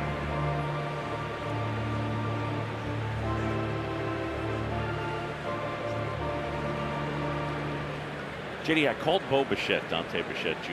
Yeah. In my head, that's how I think. He's Dante's son. Yep. Sliced into right, and the catch is made by Seiya Suzuki. And time for our 7th inning stretch. It's brought to you by Budweiser.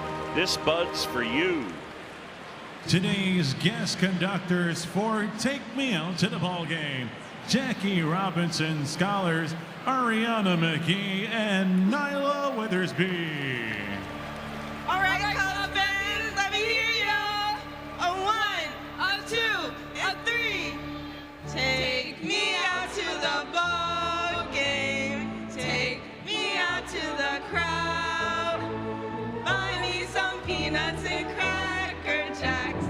I don't care if I ever get back, so it's root for the Cubbies. If they don't win, it's a shame. So it's 1, 2, 3 strikes, you're out at the old ball game. Okay, guys. Cubs up to hit. And Mark Vientos stays in the game and will take over at first base for Brett Beatty. Minaya delivers to Happ, who pops it up foul. And that'll get out of play.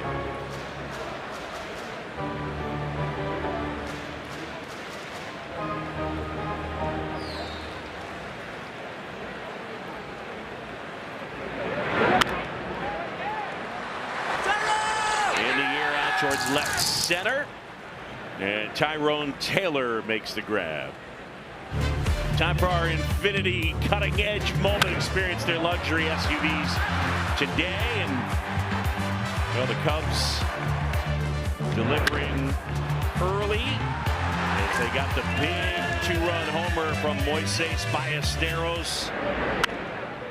And Nico Horner as well his homer today. Moby. Bench came up just short on that ball off of Sea's bat. That would have been the 3rd out. Inning stays alive. Ballesteros puts the biscuit in the basket. Comes for the 4 spot on the board in the 1st.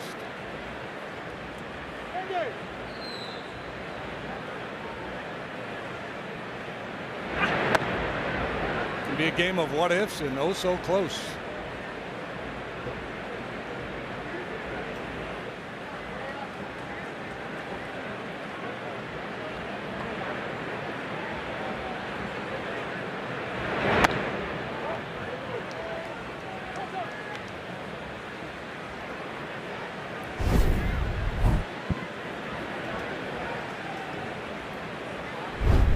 Trying to pull that one back into the strike zone. Punch to right, fair ball. That's going to get into the corner. Let's see if Say is thinking about 3. Around second, and he throws the brakes on.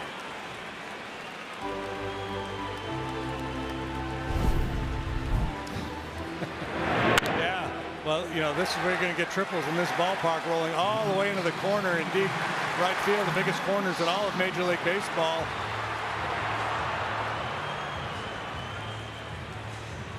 Say it kind of looked like Curly from the Three Stooges going around second base.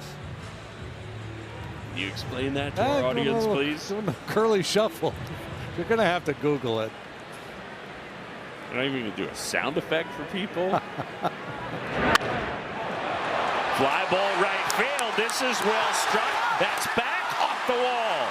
Say it to 3rd, around 3rd on his way in. And the Cubs add a run. Look at that. A double for Matt Shaw. It's 8-3. Craig Counsell's having a little fun with his designated hitter spot. I mean, he's using all these guys off the bench. He started Ballesteros. He had himself a day with a home run and a single. Then he turns to Shaw.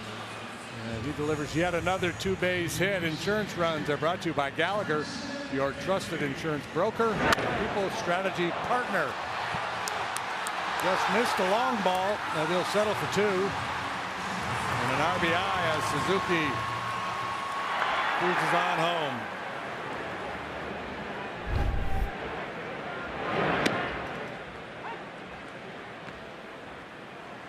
Yeah, so important on a day like today to play add-on, especially when you've got some question marks out there in the bullpen.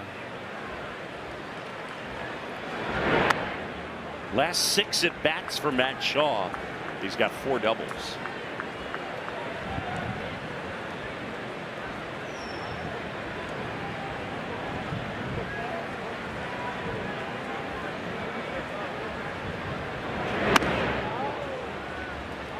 Check swing, and Kelly able to hold up.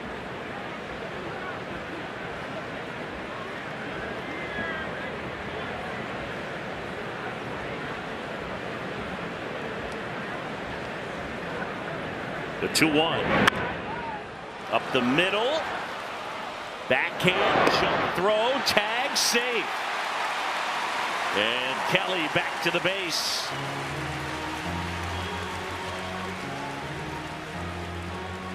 Carson Kelly. Tell him, Carson, speed kills. Misses the tag, misses the bag. Missed the base. Then he's going to watch. He's going to sneak back in. So he goes, if Vientos didn't catch it, that he didn't touch the base. Yeah, and finally somebody, it was like Melendez in the dugout, caught it. But Carson looks over to the umpire and goes, I'm in there, aren't I? Yes, you are.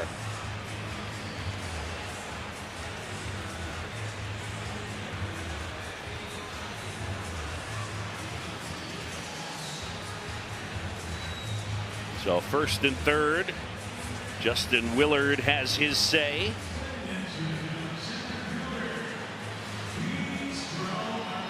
And here's PCA.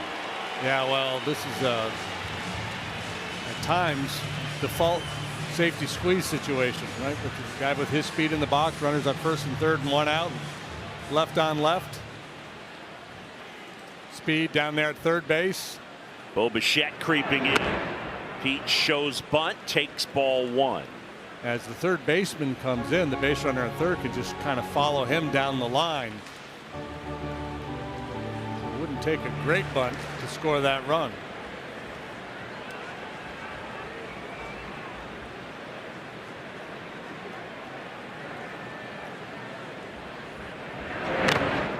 Fouled off at the plate. Got a piece of Todd Tishner, and Francisco Alvarez checking on him. Ooh. Second time Todd has gotten dinged back there this afternoon.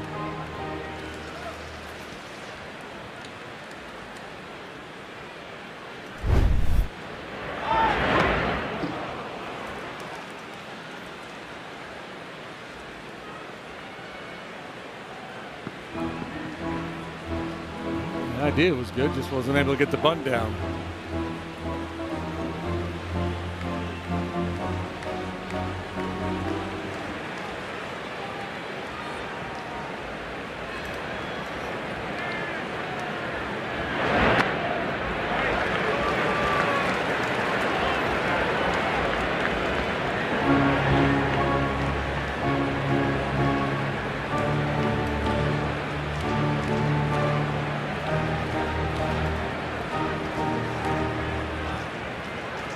Wind has really picked up, going from right to left. 2-2 to PCA. Outside.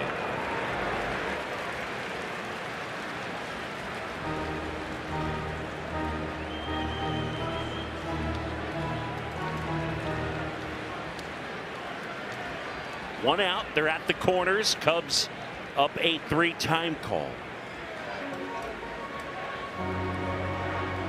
Boog, the wind is at 14 miles an hour, gusts up to 26 miles per hour. Yeah, that's gusty. There's a big wind coming tonight too. Wind and rain overnight. It should not impact tomorrow's game. 3-2. And Pete will take his base. Good at bat.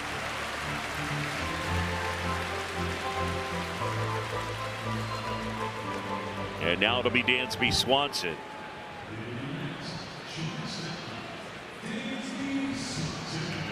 Where a big opportunity now for Dansby to really open things up here.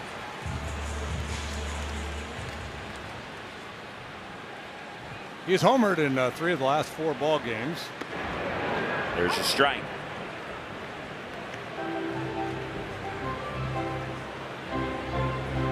You can get it airborne to left. The ball will carry.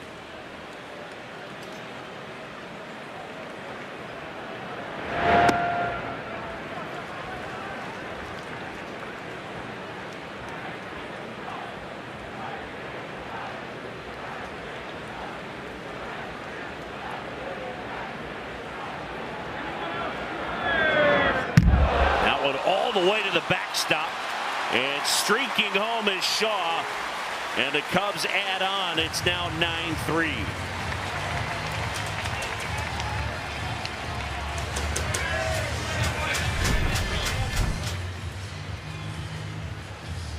That's a wild pitch. That ball just dies back there at the backstop. Not a whole lot of real estate between the backstop and home plate.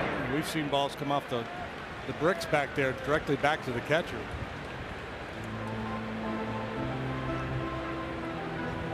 It's the kind of game where if the manager is indeed on the hot seat, it can get a lot hotter. Just it looks ugly. Yeah, absolutely. Wild pitches, misplays in the field. And I'm not saying it's on the manager. Yeah. I'm saying just the opposite. But it's the nature of the beast in this sport. What do you think the derivation of hot seat is?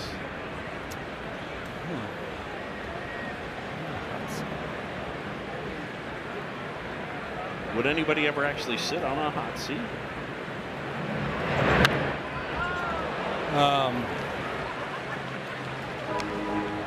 Because I would. No, I feel like I'm on a game show and I have to come up with a credible lie to see if I can convince the people. Yeah. Hot seat is a legal term. It started back in the 1700s in England. And facing the barrister.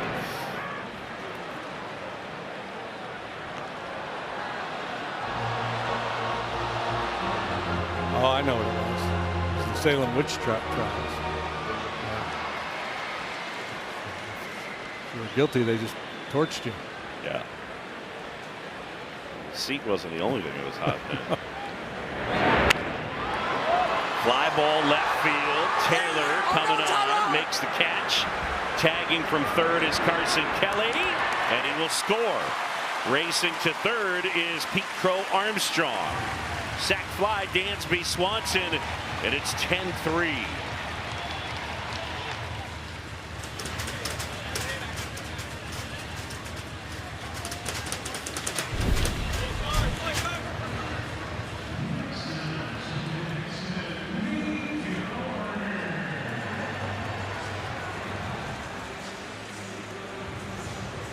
Cubs continuing this run.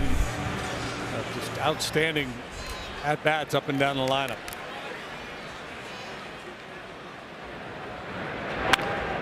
On the ground to the right side, Simeon takes it in. They get Nico, and that's the inning, but the Cubs add 3 more. It's 10-3 onto the 8th. His own birthday party. Well, I guess it was his parents technically, but he was the one celebrated. And I mean, is there a better place for a birthday party? Even got a jumping castle in the outfield. I mean, Boog, listen, we love you. I'm sorry we didn't do this for you. I would so be if you just a little mini bounce house in the outfield. You turn the jumbotrons into, you know, picture whatever. Yeah.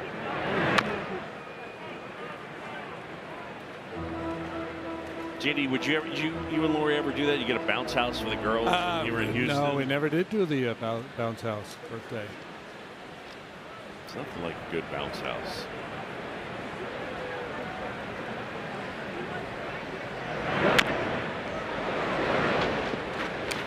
Yeah. How about having the birthday here at the ballpark? Yeah, it's awesome. JD, by the way, I whiffed on hot seat. Jacob Webb's into the game. It's 10-3.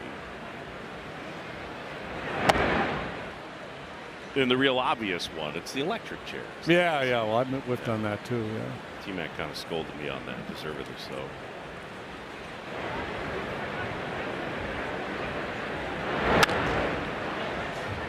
You know, there's one story here that says that the expression was coined by Harpo Marx. Really? In the 1930s, and it had to do with poker.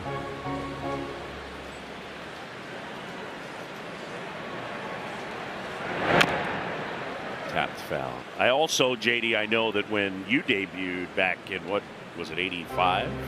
84. 84.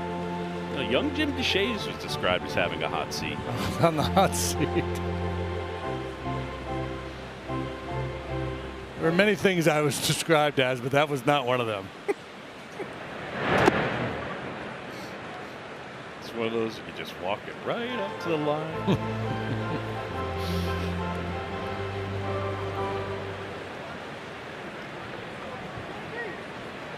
I'm described as having no seat. No? No seat.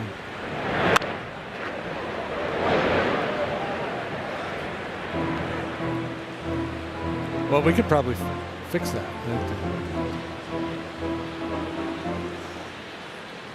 More squats. Maybe get you an implant. Ball 4, and Webb walks Lindor. Quality Start is brought to you by National Car Rental. Speed, control, winning, confidence. Quality Start for Edward Cabrera here today. He went 6 innings, allowed 3 earned runs. That qualifies as a quality start. He allowed 8 hits, struck out 4, walked a pair, 91 pitches. And in position to pick up his second win of the season against no losses.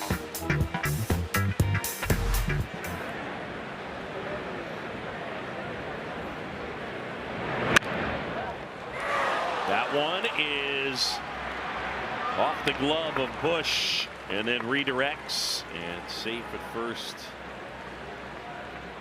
is Lindor.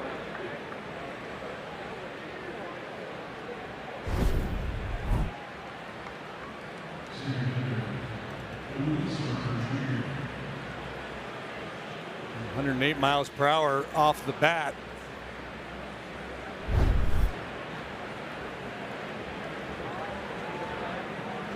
So man on, and here is Luis Robert.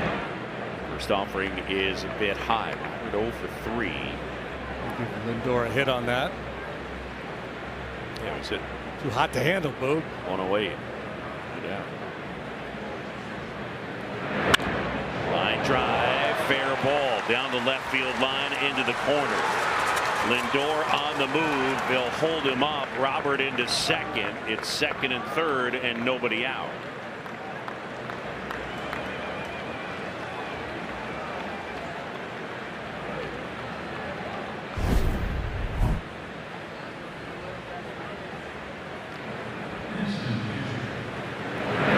Mets have hit a lot of balls hard today. Got 11 hits. Just the 3 runs to show for it. Yeah, offense has been a real issue of late as the Mets try to avoid their 9th straight loss.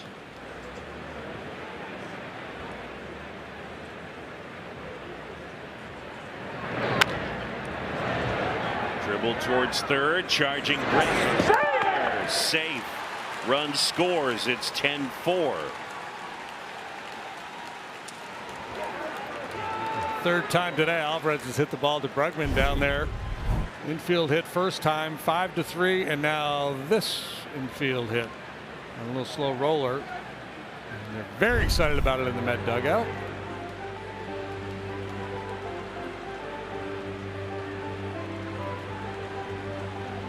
Tommy Hotovy out. Ben Brown is up.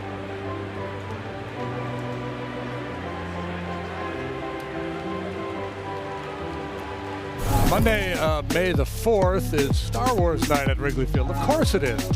Fans who purchase tickets at Cubs.com/specials will receive an exclusive Cubs Grogu bobblehead. Don't miss out on this offer. I thought that was Yoda. It's Baby Yoda. His name is Grogu. His name is Grogu? Yeah. I didn't know that. Yeah, absolutely.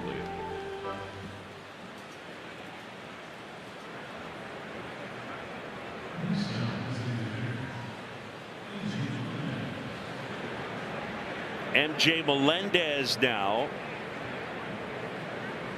As Webb back to work following the visit from Tommy Hotovy.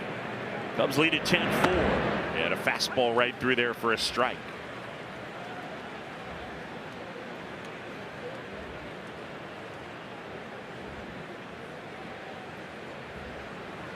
Cubs 10 runs, 12 hits, no errors.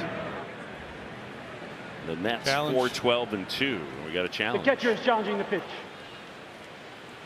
ABS challenge brought to you by T-Mobile, and that's a strike. Way to go, Carson Kelly. The pitch is a strike. Chicago has 2 remaining. Carson Kelly's success rate back there is got to be really high.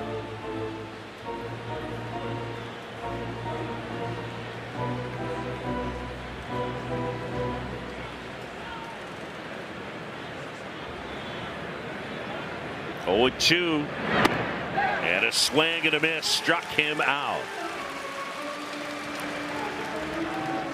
Talk about Webb and that changeup. That time he just went right after him. Yeah, and I think Melendez was sitting on the changeup because that was an awkward defensive swing, just trying to get a piece of that fastball as it breezed by.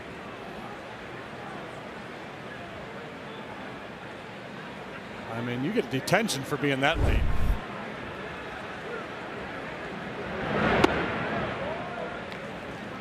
You know how they say it in New York? He was taught. He was taughty. And you would get jug, right? And then they called detention was jug. Jug. Well, at the Catholic schools, yeah, justice under God. I never knew what it stood for. I think we. You guys. Some people think that's the case, but I don't think that's actually this. So.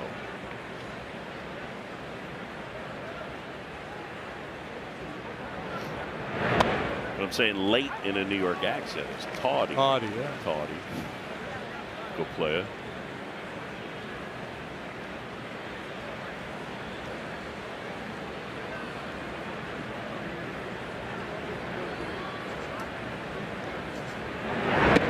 Swing and a miss. There's that good let up.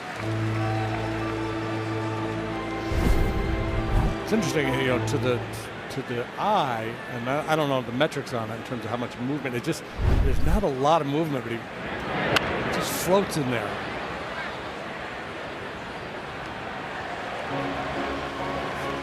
Guys just have the ability to take spin off the pitch, take a little velo off, but it looks like the fastball coming out of the hand.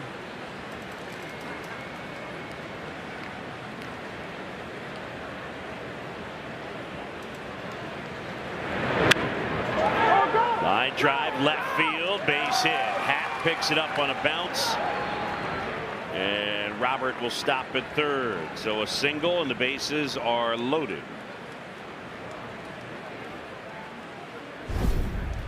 Well, the Mets have hit a lot of balls hard today. This was not one of them. Off the end of the bat again. It's a good changeup. But Simeon, watch how he slows everything down just to fight to stay in there and get some piece of the barrel on that one.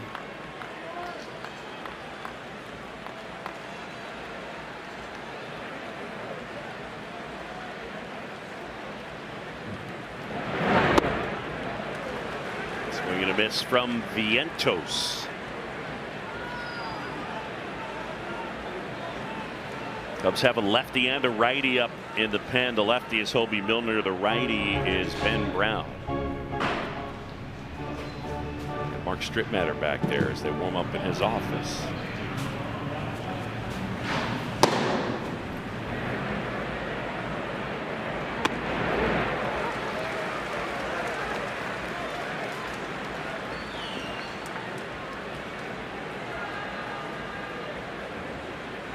The 1-2 now. Sacks packed. On the ground to short. See if they can turn it. There's one. There's two. He gets the inning-ending double play. 6-4-3.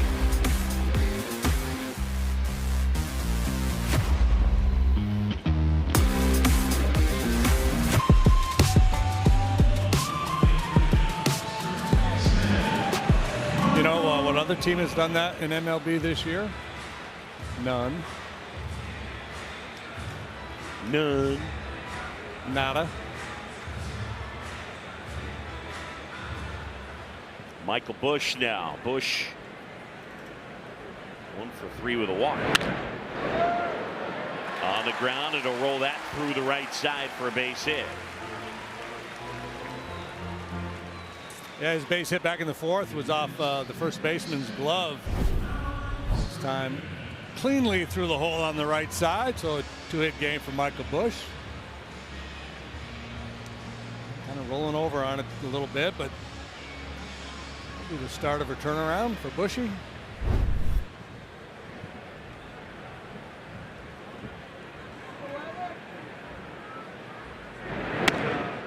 First one to Bregman misses.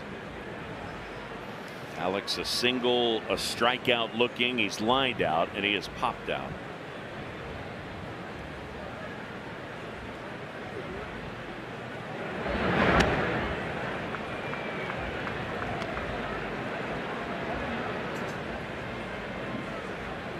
Cubs have gone down in order only once today. That was back in the fifth. Everybody in the lineup's been on base either via a hit or a walk.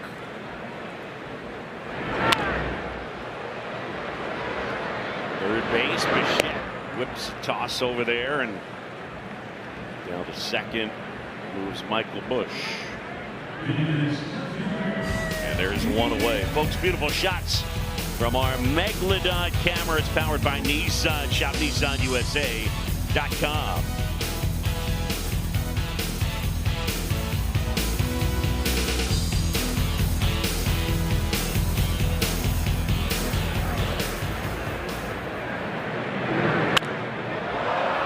Swings, drills this one.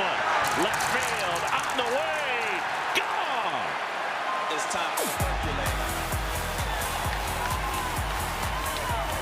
Ian Happ will touch them all.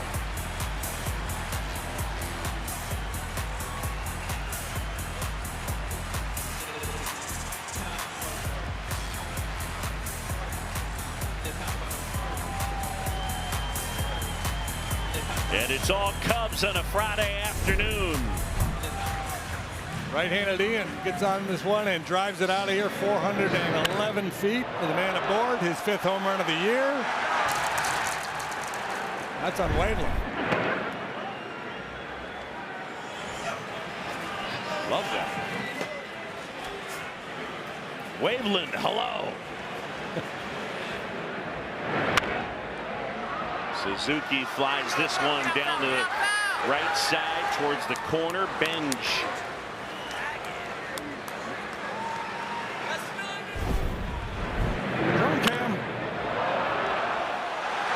Get in there.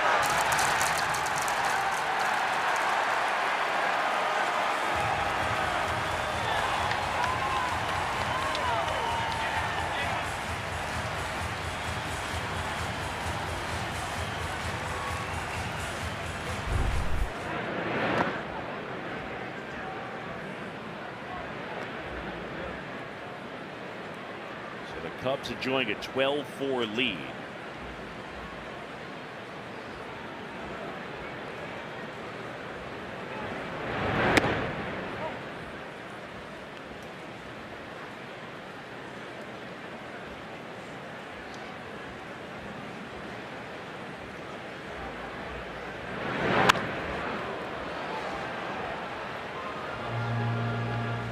Love to have a recording of that conversation down there in the Cubs dugout.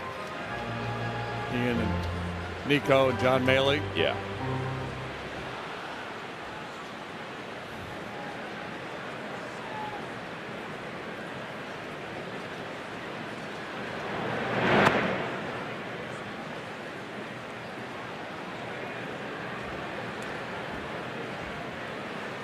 Yeah, some thoughtful folks. I don't know that any group of hitting coaches work harder than John Maley and Dustin Kelly. DK today. See, you're brilliant today, DK. That's how it works, right?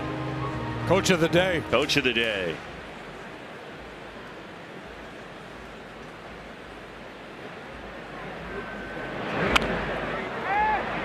Fly ball left field, long run, Taylor. And he's there to make the catch. Ian Happ puts the charge into one. We'll head to the 9th. It's 12-4.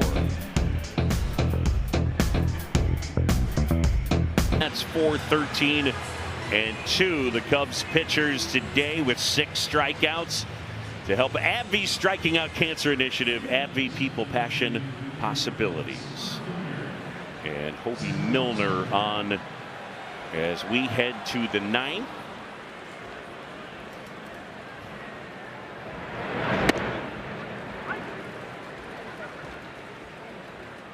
Well, the veteran Hobie Milner on for the 9th time, and he's been effective with a 2.16 ERA through 8 1/3 innings. He's worked the bottom of the zone with that drop down delivery, turned the ball over, seeking ground balls. He's been very good at doing that throughout his career.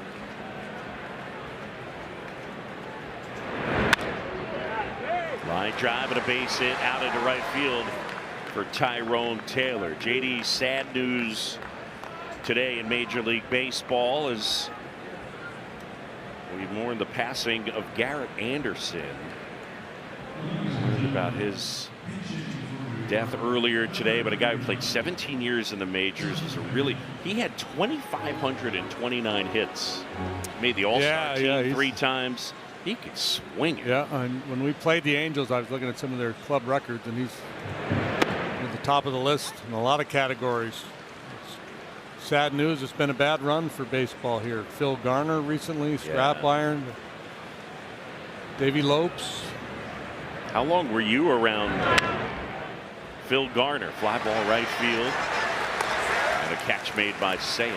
Yeah, well, Gar was, when I first came to the Astros, I got traded there in '85. He was a player there. He was a big part of our '86 team that won the division.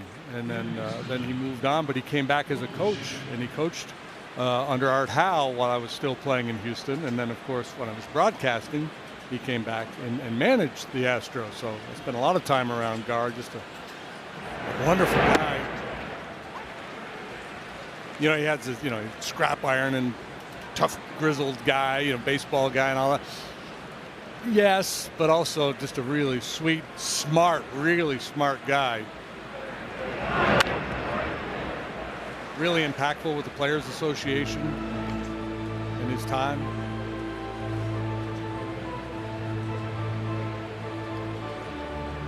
I spent 1 year with Garrett Anderson, the 1 year after he left the Angels when he was with the Braves. Sliced foul. One other thing that I love about Garrett Anderson's baseball reference page is that on his page, if you look, he played for California, for Anaheim, and for Los Angeles. Same team. Yeah. They kept changing their name from the California Angels to the Anaheim Angels to the Los Angeles Angels. But in 2009, he was a Brave, so I spent a ton of time around him. And he was just big guy, real gentle, very thoughtful about hitting. The one story that always sticks in my head that he told me, I mean, he had 2,529 hits, but he told me he spent 1 year in his career where he swung a bat that was 36 inches and 35 ounces. And today's world, if you want some perspective, your standard bat is 34-31. Swanson collects, goes to second, on to first, two, and that'll do it. And the Cubs have taken the opener, and the offense continues to roll. Time to sing this song.